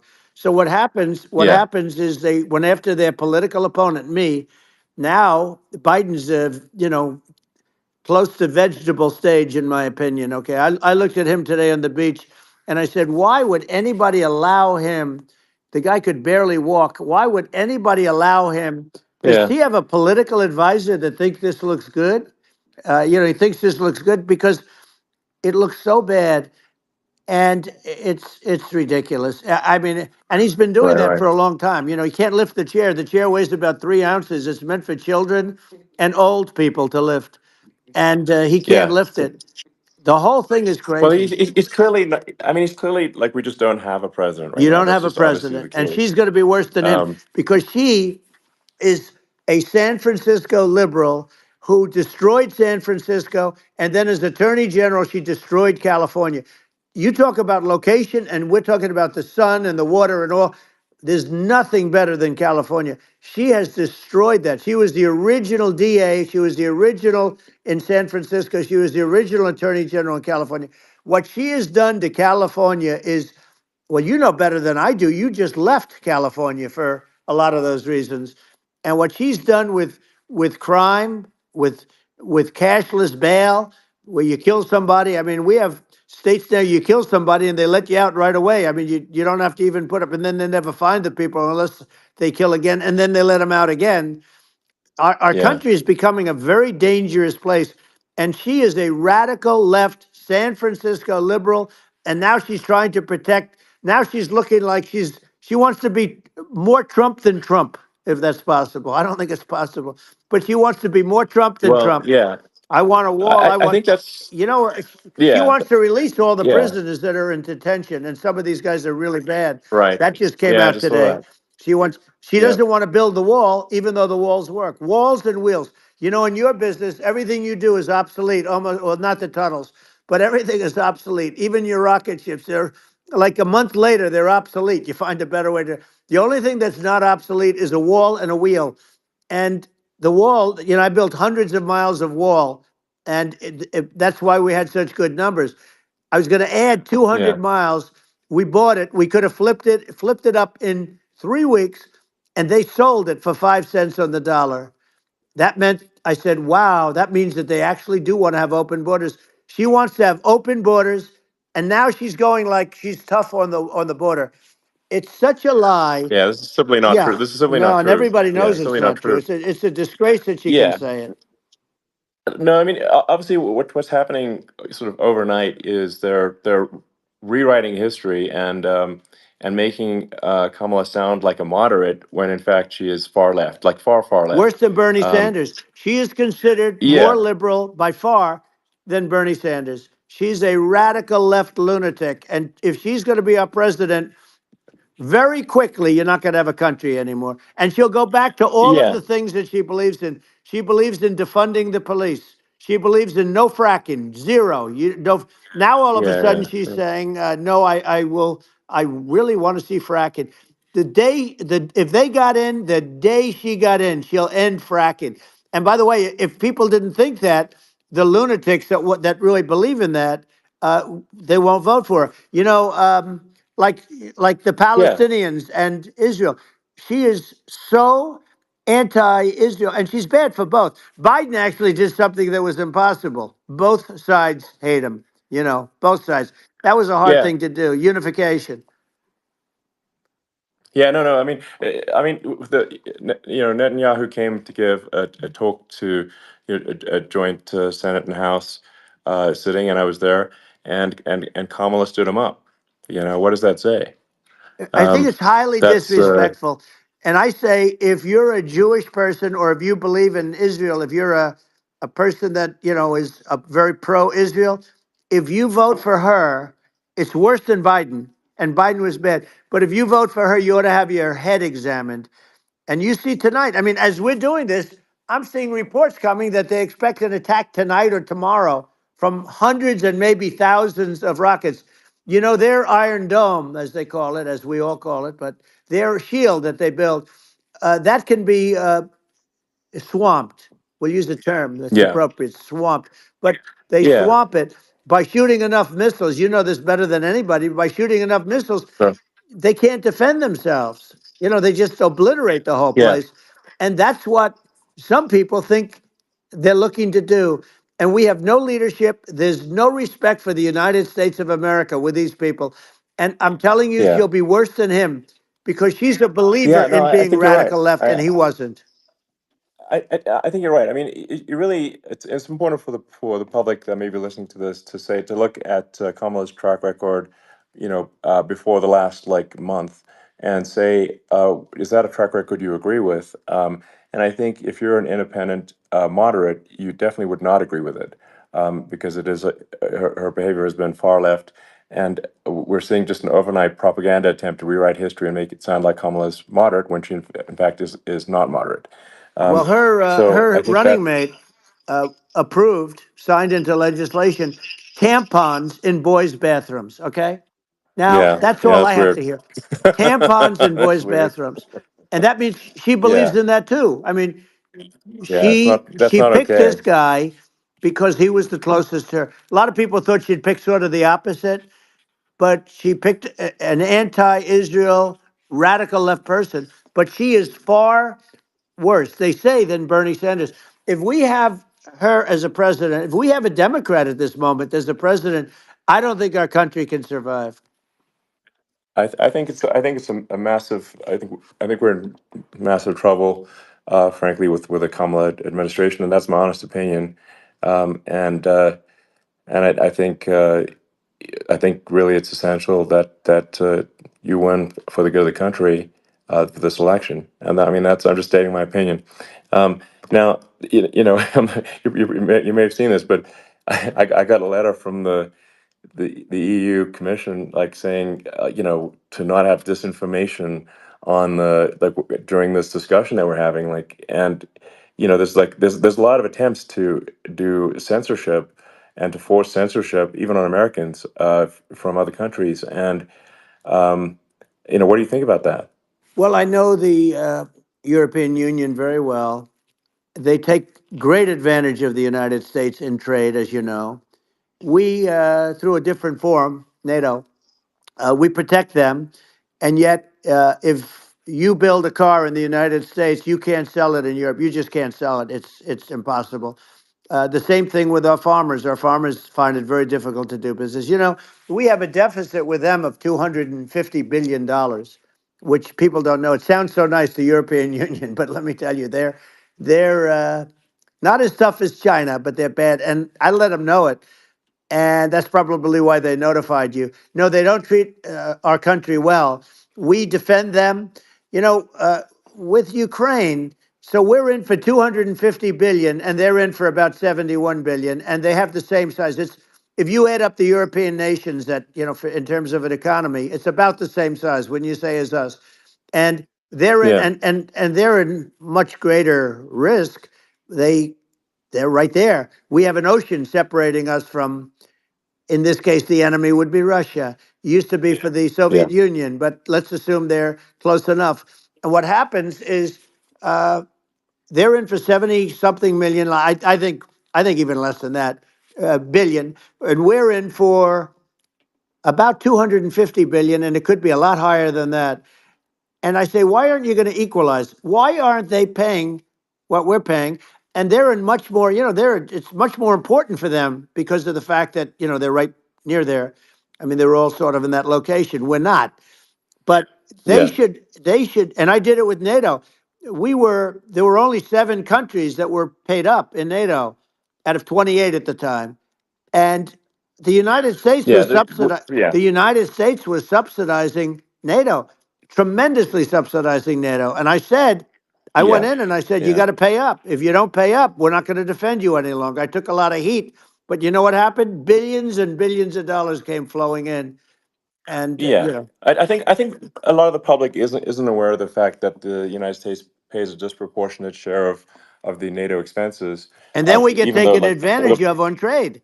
So think yeah, about it. well, I mean, the point of NATO is defending Europe, and it's it's like then okay, well, why is the United States paying disproportionately more to defend Europe than Europe? That doesn't make sense. That's unfair, and that is an appropriate thing to address. Well, Um, when you talk about so cost cutting and savings and everything else, I mean, honestly, look, there's nobody that feels worse about the Ukraine situation than I do because I know it would have never happened. I know Zelensky. He was very honorable to me because when they went with the Russia hoax and they said I had a phone call with him, he said it was a perfect phone call. It was a great phone call. He could have grandstanded and, said, oh, he was very threatening. He said, no, it was a very nice phone call. I called him up to congratulate him on his win, and you end up getting impeached because these people are yeah, yeah, lunatics. I was talking about the difference from the people within and the enemies on the outside. In many cases, the people from within are more dangerous for our country than the Russias and the Chinas. If you have a smart president, you're not going to have a problem with them. You're going to do things. yeah, Now, they've taken advantage yeah, of us absolutely. incredibly, but you're going to do things with the right person. Yeah, well, I think it's obvious that you're a believer and an advocate of free speech because during your first term as president, you were attacked relentlessly every day, often very unfairly with with false attacks, and you didn't try to shut down the media, you didn't try to inhibit their freedom of speech, and I think that says a lot. Well, the good thing is that you and I have, and some people, very few, we can get the word out. Although sometimes it's hard because they don't want to print it, like we're having a great conversation right now. Kamala wouldn't have this conversation. She can't because she's not No. smart.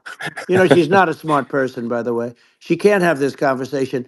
And Biden, we don't even have to talk about it. I mean, he couldn't have this conversation. He would have given up on the first half of a question. He would have walked out. He would have said, "Where am I? Where am I going?" So anyway, but Yeah, no, he wouldn't have this. that's true. Not a lot of people would have this conversation, but we cover a lot of territory. But the beauty is that we can have a conversation, and Yes, you I'm can actually able have a to get it out conversation. without because I get treated unfairly This by is the a really press. big point. You can actually have a conversation with you, Yeah, it's nice, isn't it? and you can't have a conversation with Biden or Kamala. It's like it's not possible. That's Um, it's so this is like talking to an NPC. So no. it's just Well, impossible. but think of it. We need a man or person who's unbelievably sharp in order to stop all the nuclear danger and all the dangers that I'm talking about. And I got along with all these. I got along with Kim Jong-un. We had dinner, we had everything, and he really liked me, and I got along with him really well. By the way, he's the absolute boss over there. A lot of people said, "Oh, do you think he really?" That's for Let me sure. tell you, I saw things that you don't want to know about. He is the boss. But we had a good relationship, and he doesn't like Biden. He considers him a stupid man. He said he's a stupid man. Well, at least he speaks his mind. But in this country, you're not sort of allowed to say it. But I guess you are. You should be allowed to say it if Yeah, it's true. But we need smart people, and we need people that have an ability to lead. And she doesn't have that ability. Can you imagine? Now, yeah. Chairman Xi very well. Can you imagine her and him negotiating or No, it's even silly. It would be standing silly. together? It is the whole concept Yeah. is ridiculous. She is terrible. She's terrible. But she's getting a free ride. I It saw a would. picture of her Yeah, yeah, on Time Magazine today. She looks like the most beautiful actress ever to live. It was a drawing, and yeah, actually, yeah. she looked very much like our great first lady, Melania. She looked, didn't look, Yeah. she didn't look like Camilla. That's right. But of course, she's a beautiful woman, so we'll leave it at that, right? Yeah, well, maybe like I think part of what people in America want to, people in America want to feel excited and inspired about the future. They want to feel like the It's future is true. going to be better than the past, and that America is going to do things that are greater than we've done in the past, reach Right. new heights that make you proud to be an American and excited about the future. They want the I American think dream this, back.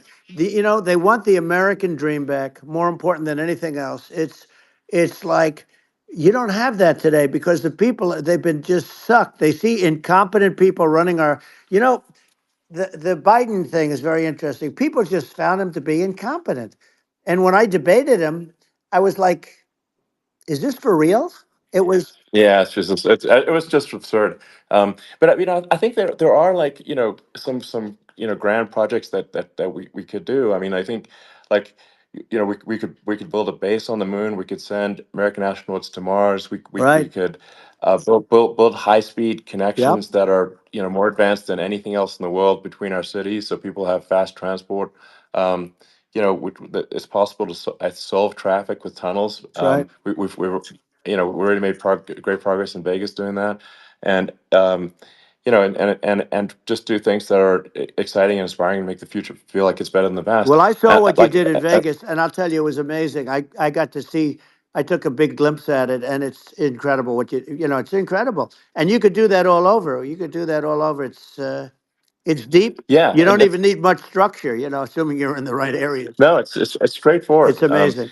So like I think we could do some things that like China's got incredible high speed rail between its cities, but I think it's actually possible with tunnels if it with deregulation with an ability to actually where it's like legal to actually do the tunnels. Then you could have high speed tunnels that are actually better than anything else in the world for high speed transport between Right. cities, and that would be something that Americans can say, "Wow, okay, we've got something that's cooler than anyone else in the Yeah. world." That's the kind of thing that makes you proud to be an And American. much safer than surface trains where there is a danger there, with people, with crazy Yeah, people. It's much safer, much better. And, it's sad because I've seen some of the greatest trains. I find it fascinating. And I've seen the systems and how they work, and the bullet trains, they call them, I guess. And yeah, they go unbelievably fast, unbelievably comfortable, with no problems. And we don't have anything like that in this country, not even close. And yeah. it doesn't make sense that we don't. Doesn't make sense. Yeah, and I think also like there's I'm kind of hopping on the excess regulation, but I think something that like I think people can generally understand is that what happens with laws and regulations is that there's more and more of them every year, and unless there's a process to clean them up, eventually everything becomes You're right. illegal, and that actually it slows down the development of new technologies. I mean, if you take the sort of like I think there's room for some reform at the FDA Yeah. for Yeah. improving the speed with which we approve drugs that could help save lives and improve people's Yeah. lives. I worked very hard on that. We That, got that down yeah, to the lowest number ever, and we got therapeutics approved in the FDA that people can't even believe the speed. But I took them on. I don't think they like me too much, but I got things approved in the FDA at numbers that they wouldn't believe. And it's a very bureaucratic group. Actually, it's a fine group of people in many cases. I got to know a lot of them, but I was pushing them really hard for Regeneron, for so many different things that were really pretty amazing. But the FDA takes too long. It's 12 years to get a product approved. I got it down to 4, and I yeah, got some things done very quickly. But it's really something that is going to have to be worked on because it takes too long. Just takes too long. yeah. It just takes too long, and you end up in the same with the approval, but it's just it takes years instead of something that I think could potentially take Yeah, months, and that improves people's lives. I yeah, think and but I just wanted to sort of hop on this point that like there has to be an active process for reducing rules and regulations, because otherwise they just keep building up every year, and yep, you get like hardening of the arteries, and eventually everything's illegal or takes forever, and then we just we just ossify as a society. We can't make any yeah. progress, and it's a really big Well, deal. Elon, just So getting back to the FDA for 1 second, I got something done called Right to Try. This is where you can go in and if you're terminally ill, you can use a space age, medicine or whatever it may be. We have the best doctors, the best labs in the world. We really do. And but people would go to other countries because you couldn't use the product, even if they thought it worked, because it's going through the FDA.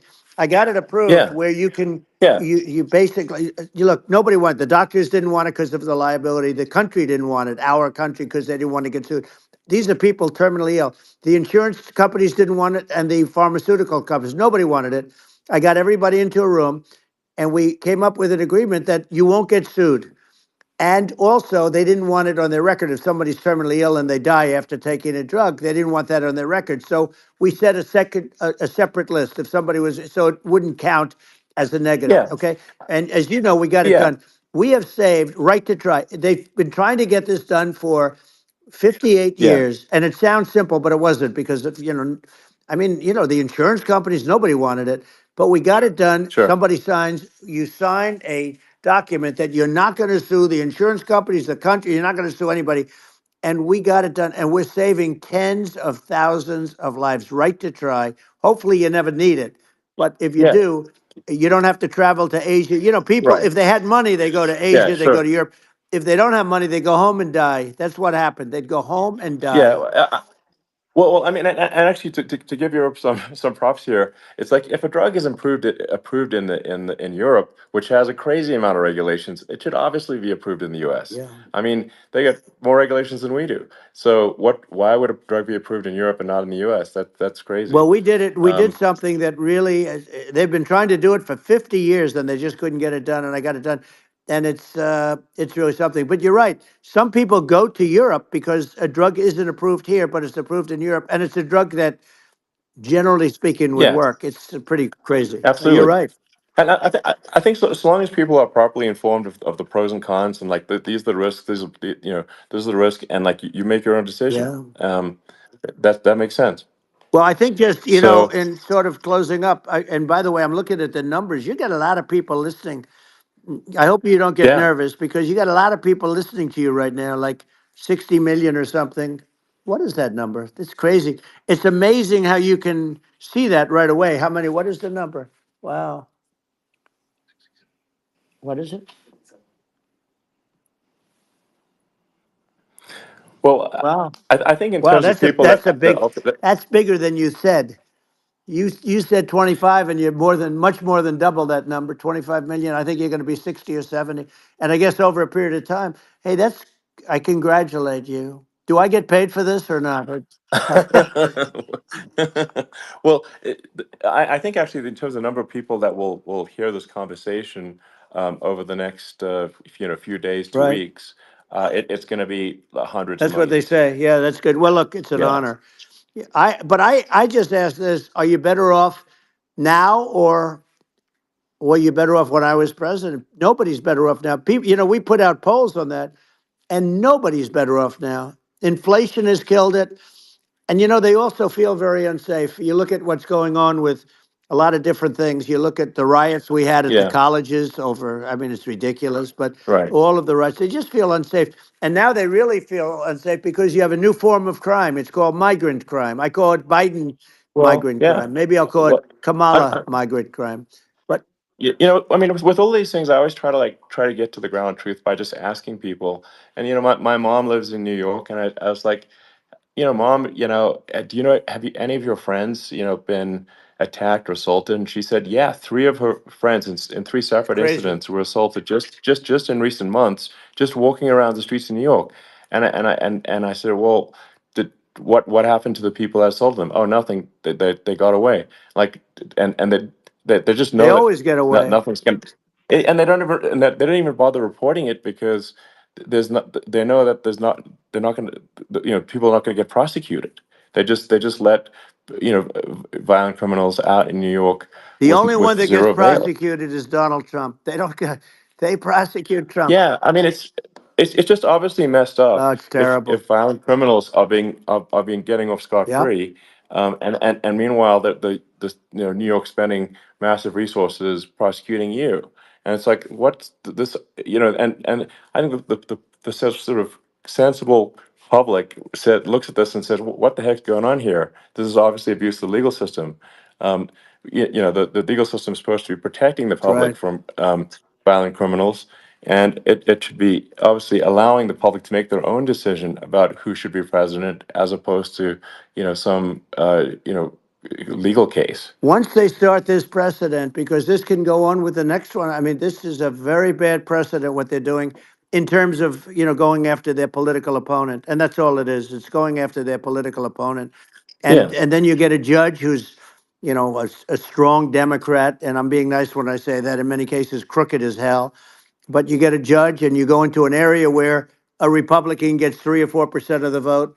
And, you'll have a jury pool Yeah. with people that hate Republicans or hate. It could Sure. also be the other way, though, Of course. because it could start the other way in areas where they hate Exactly. Democrats. And you get into a Yep. Pandora's box. It's a very dangerous thing for this country, and a very dangerous thing even for the state. New York City is Yep. losing. New York Absolutely. City and state lose a lot of business over what they did to me, because these people say, we don't want that to happen to us. That's no justice system. You have an unfair system of Yes. justice, and it's costing New York State a tremendous amount of money. People are leaving and companies are leaving, and they won't come back.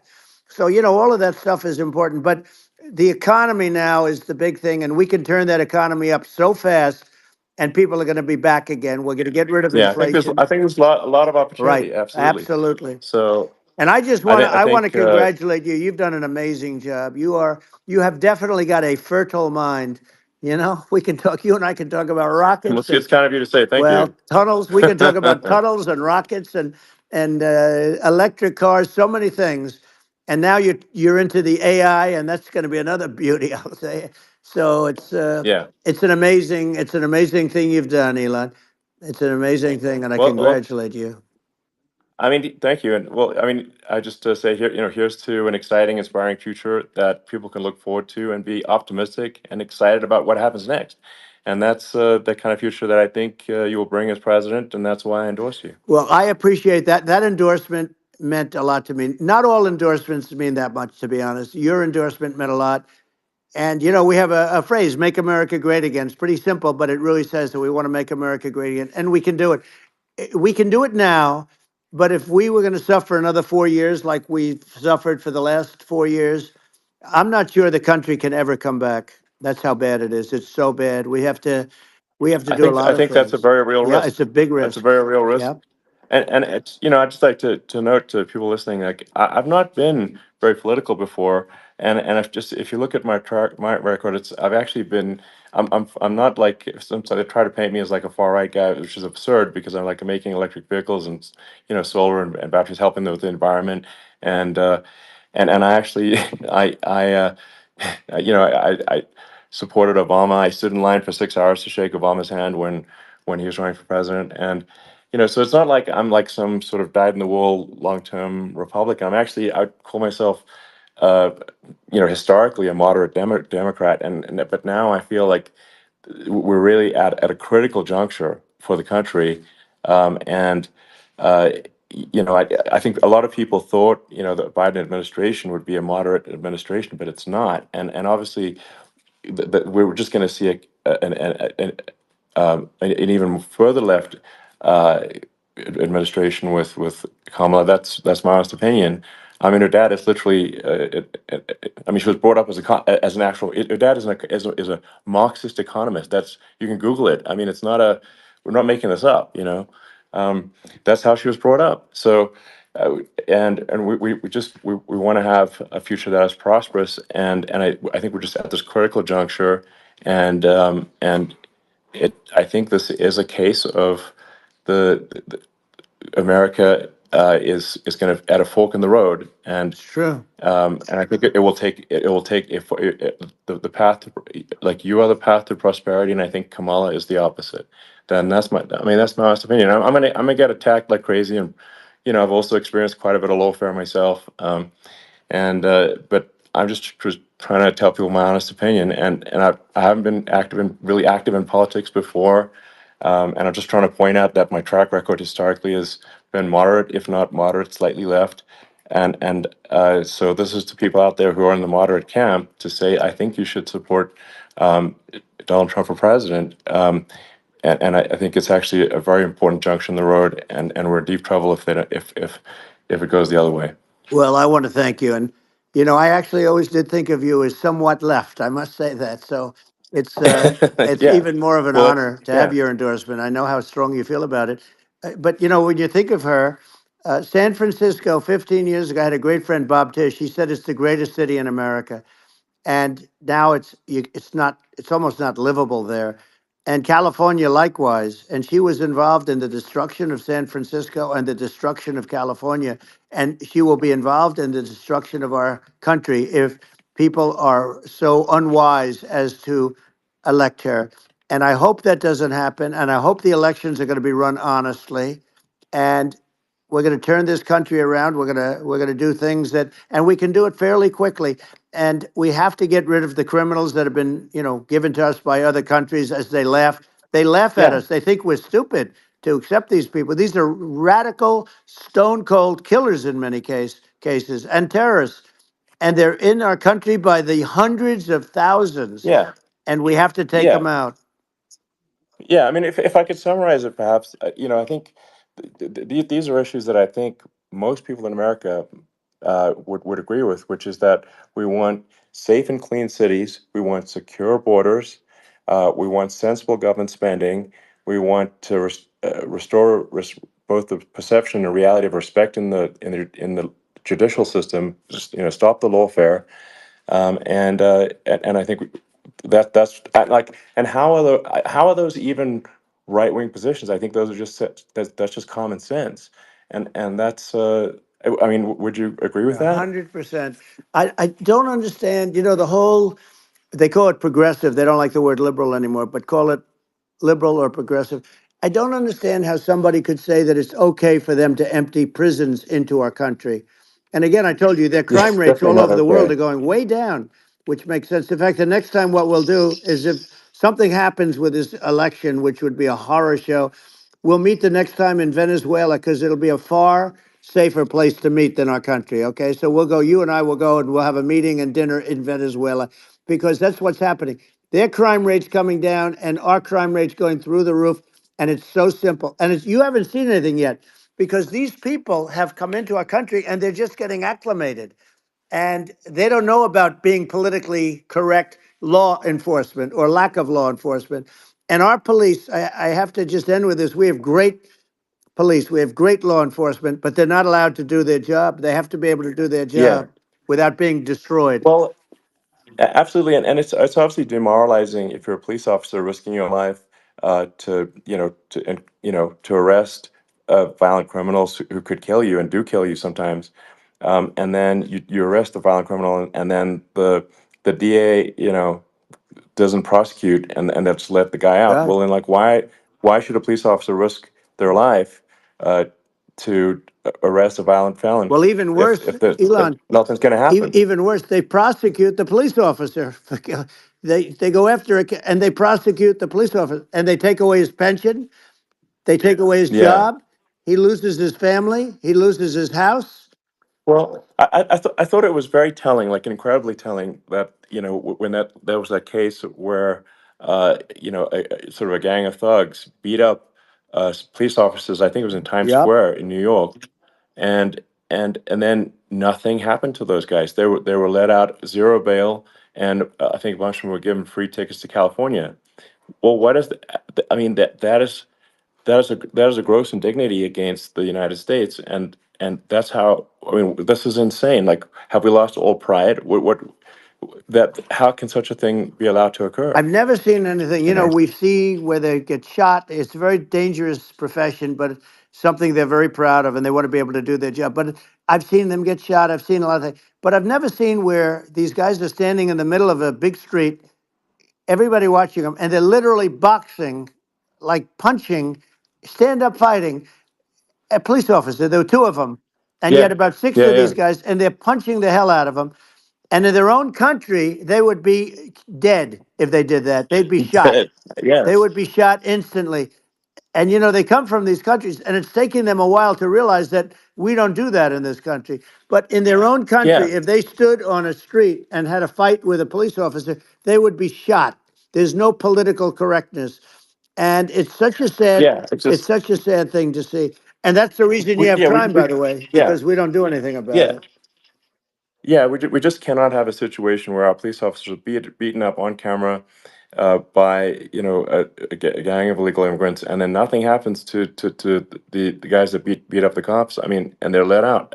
This is Well, we're going to unacceptable. change it, Um, and we're going to get them out of the country. You know, when I first got involved, they said you couldn't get them back to these countries. You couldn't take them back. In the case of Guatemala, Honduras, El Salvador, some others, you couldn't get them back. And I said, really? Oh, you can't get them back? Because under Obama, he couldn't get them back. They'd fly them in, and they'd put planes on the runways in these countries so you couldn't land a plane. They'd bring them back. And the generals told me, sir, we can't bring them back. The countries won't accept MS-13 gang members. They won't accept them. And I said, really, how much do we pay these various countries in terms of economic aid, which is also somewhat ridiculous? And the answer was $750 million. I said, good. Tell them they're in default. They're delinquent. We're not paying them anymore because they won't accept yeah, it. it's And you know what happened? They all called me, yeah, every one yeah, of them. They said, we would be honored to take them back, sir. We would be honored. It was so easy. But it's one of those things. And we got it back. We took in so many, the MS-13 is probably yeah, the worst gangs in the world. They're the most vicious, violent. We took them out of here by the thousands and got them out of here. And their countries took them back. And because I said, you're not getting any more economic aid. And once I said that, they were nice. They wouldn't take them back for yeah, Obama. They yeah. wouldn't take them back for anybody. And now we have a problem because we have this guy, and they don't take him back anymore with Biden because they don't respect him. Yeah, yeah. It's just gotta be done. We just can't have whether they're citizens or not citizens. We can't have because they won't prosecute citizens either. Not just illegals. So that if it's you can't have violent repeat violent offenders that are not that don't get That's incarcerated right. because they will obviously by definition continue to hurt people. And I think where part of this comes from is that there's and I do sort of consider myself liberal in some ways. I mean, it's just that you want to have empathy for Right. people. Obviously, you want to have empathy for people. I totally agree with that. You want to have empathy, but you also have to have empathy for the victims of the criminals. And if you just have empathy for the criminals, it's actually shallow empathy. It's not real. You're not thinking. You have one layer deep empathy. You got to say like, what if you don't incarcerate this person? Who are they going to hurt? Who are they might kill someone. They might rape someone. If you don't incarcerate them, you have to have empathy for the victims. And there's a lack of empathy for the victims of the criminals, and too much empathy for the criminals. It doesn't make sense. That's why you want to have deep empathy for society as a whole, not shallow empathy for That's right. criminals. And we have to give our police officers the dignity and the respect that they deserve. And we have to let them do their job. They can do a great job, but we have to let them do their job. And if we don't do that, it's going to all disappear. There's never been a society like this where you're allowed to do anything you want and nothing happens. And I'm talking about violent crime. And it's going to get more violent because these are really, really violent people. And we're going to get them out of our country and we're going to get them back to because they were sent here by the presidents and by the various people that run those countries. And I know every one of those guys. And they're smart people and they're streetwise people. And they really think that the USA is stupid. They think we're run by stupid people, and they happen to be right. But when I was there, we had no problem. We got them out. We took out thousands of MS-13 gang members. We brought them back. And now, again, it's the same old story. We don't do it. And they actually gave them a big increase in aid. They raised it up to billions of dollars, and they get nothing for it. So,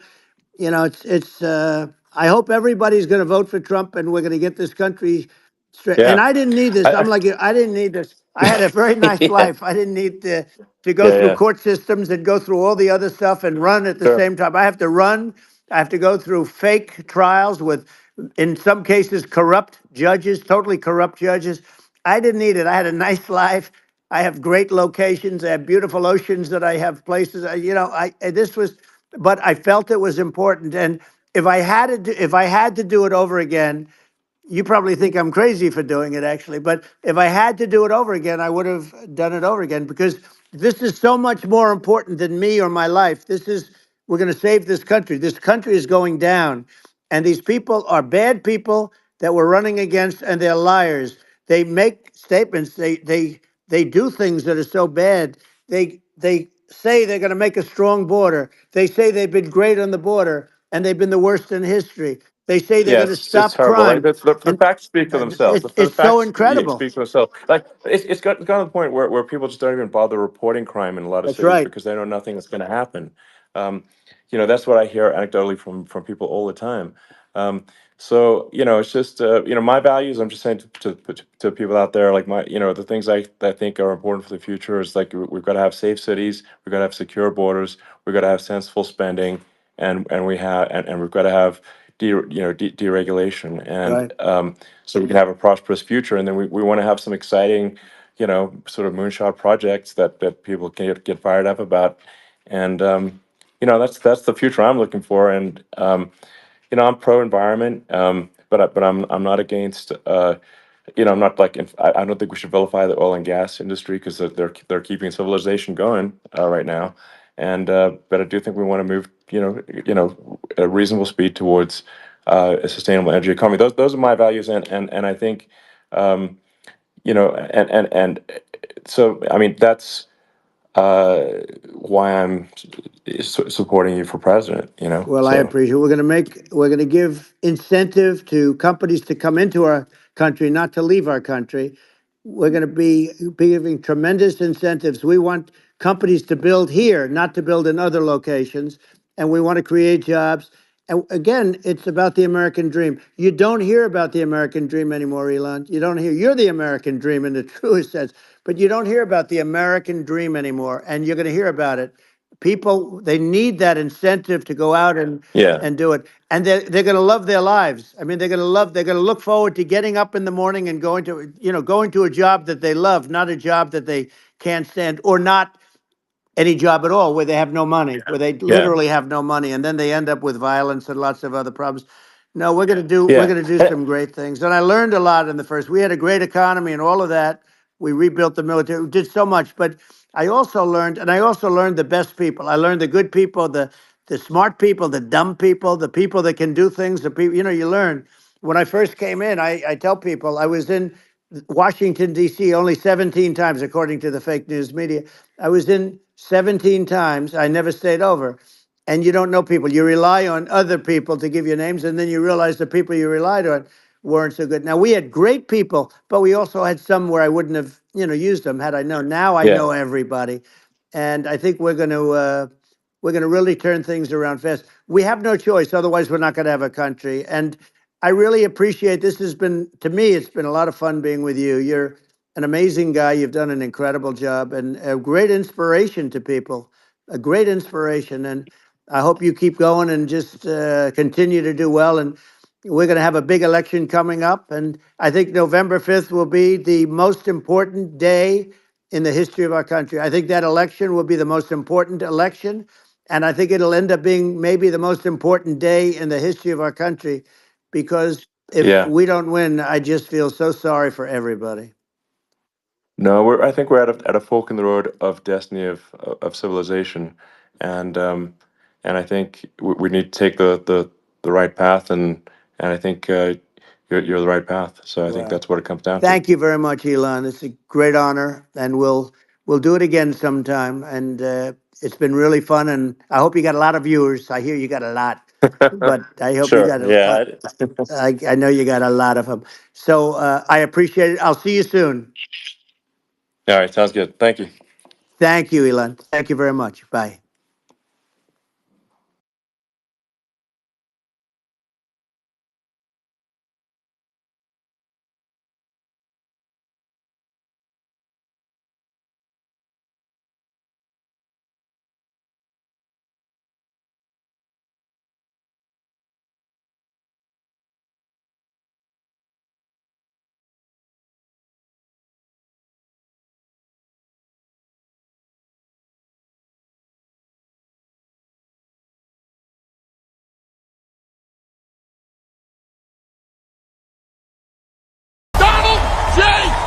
November 5th.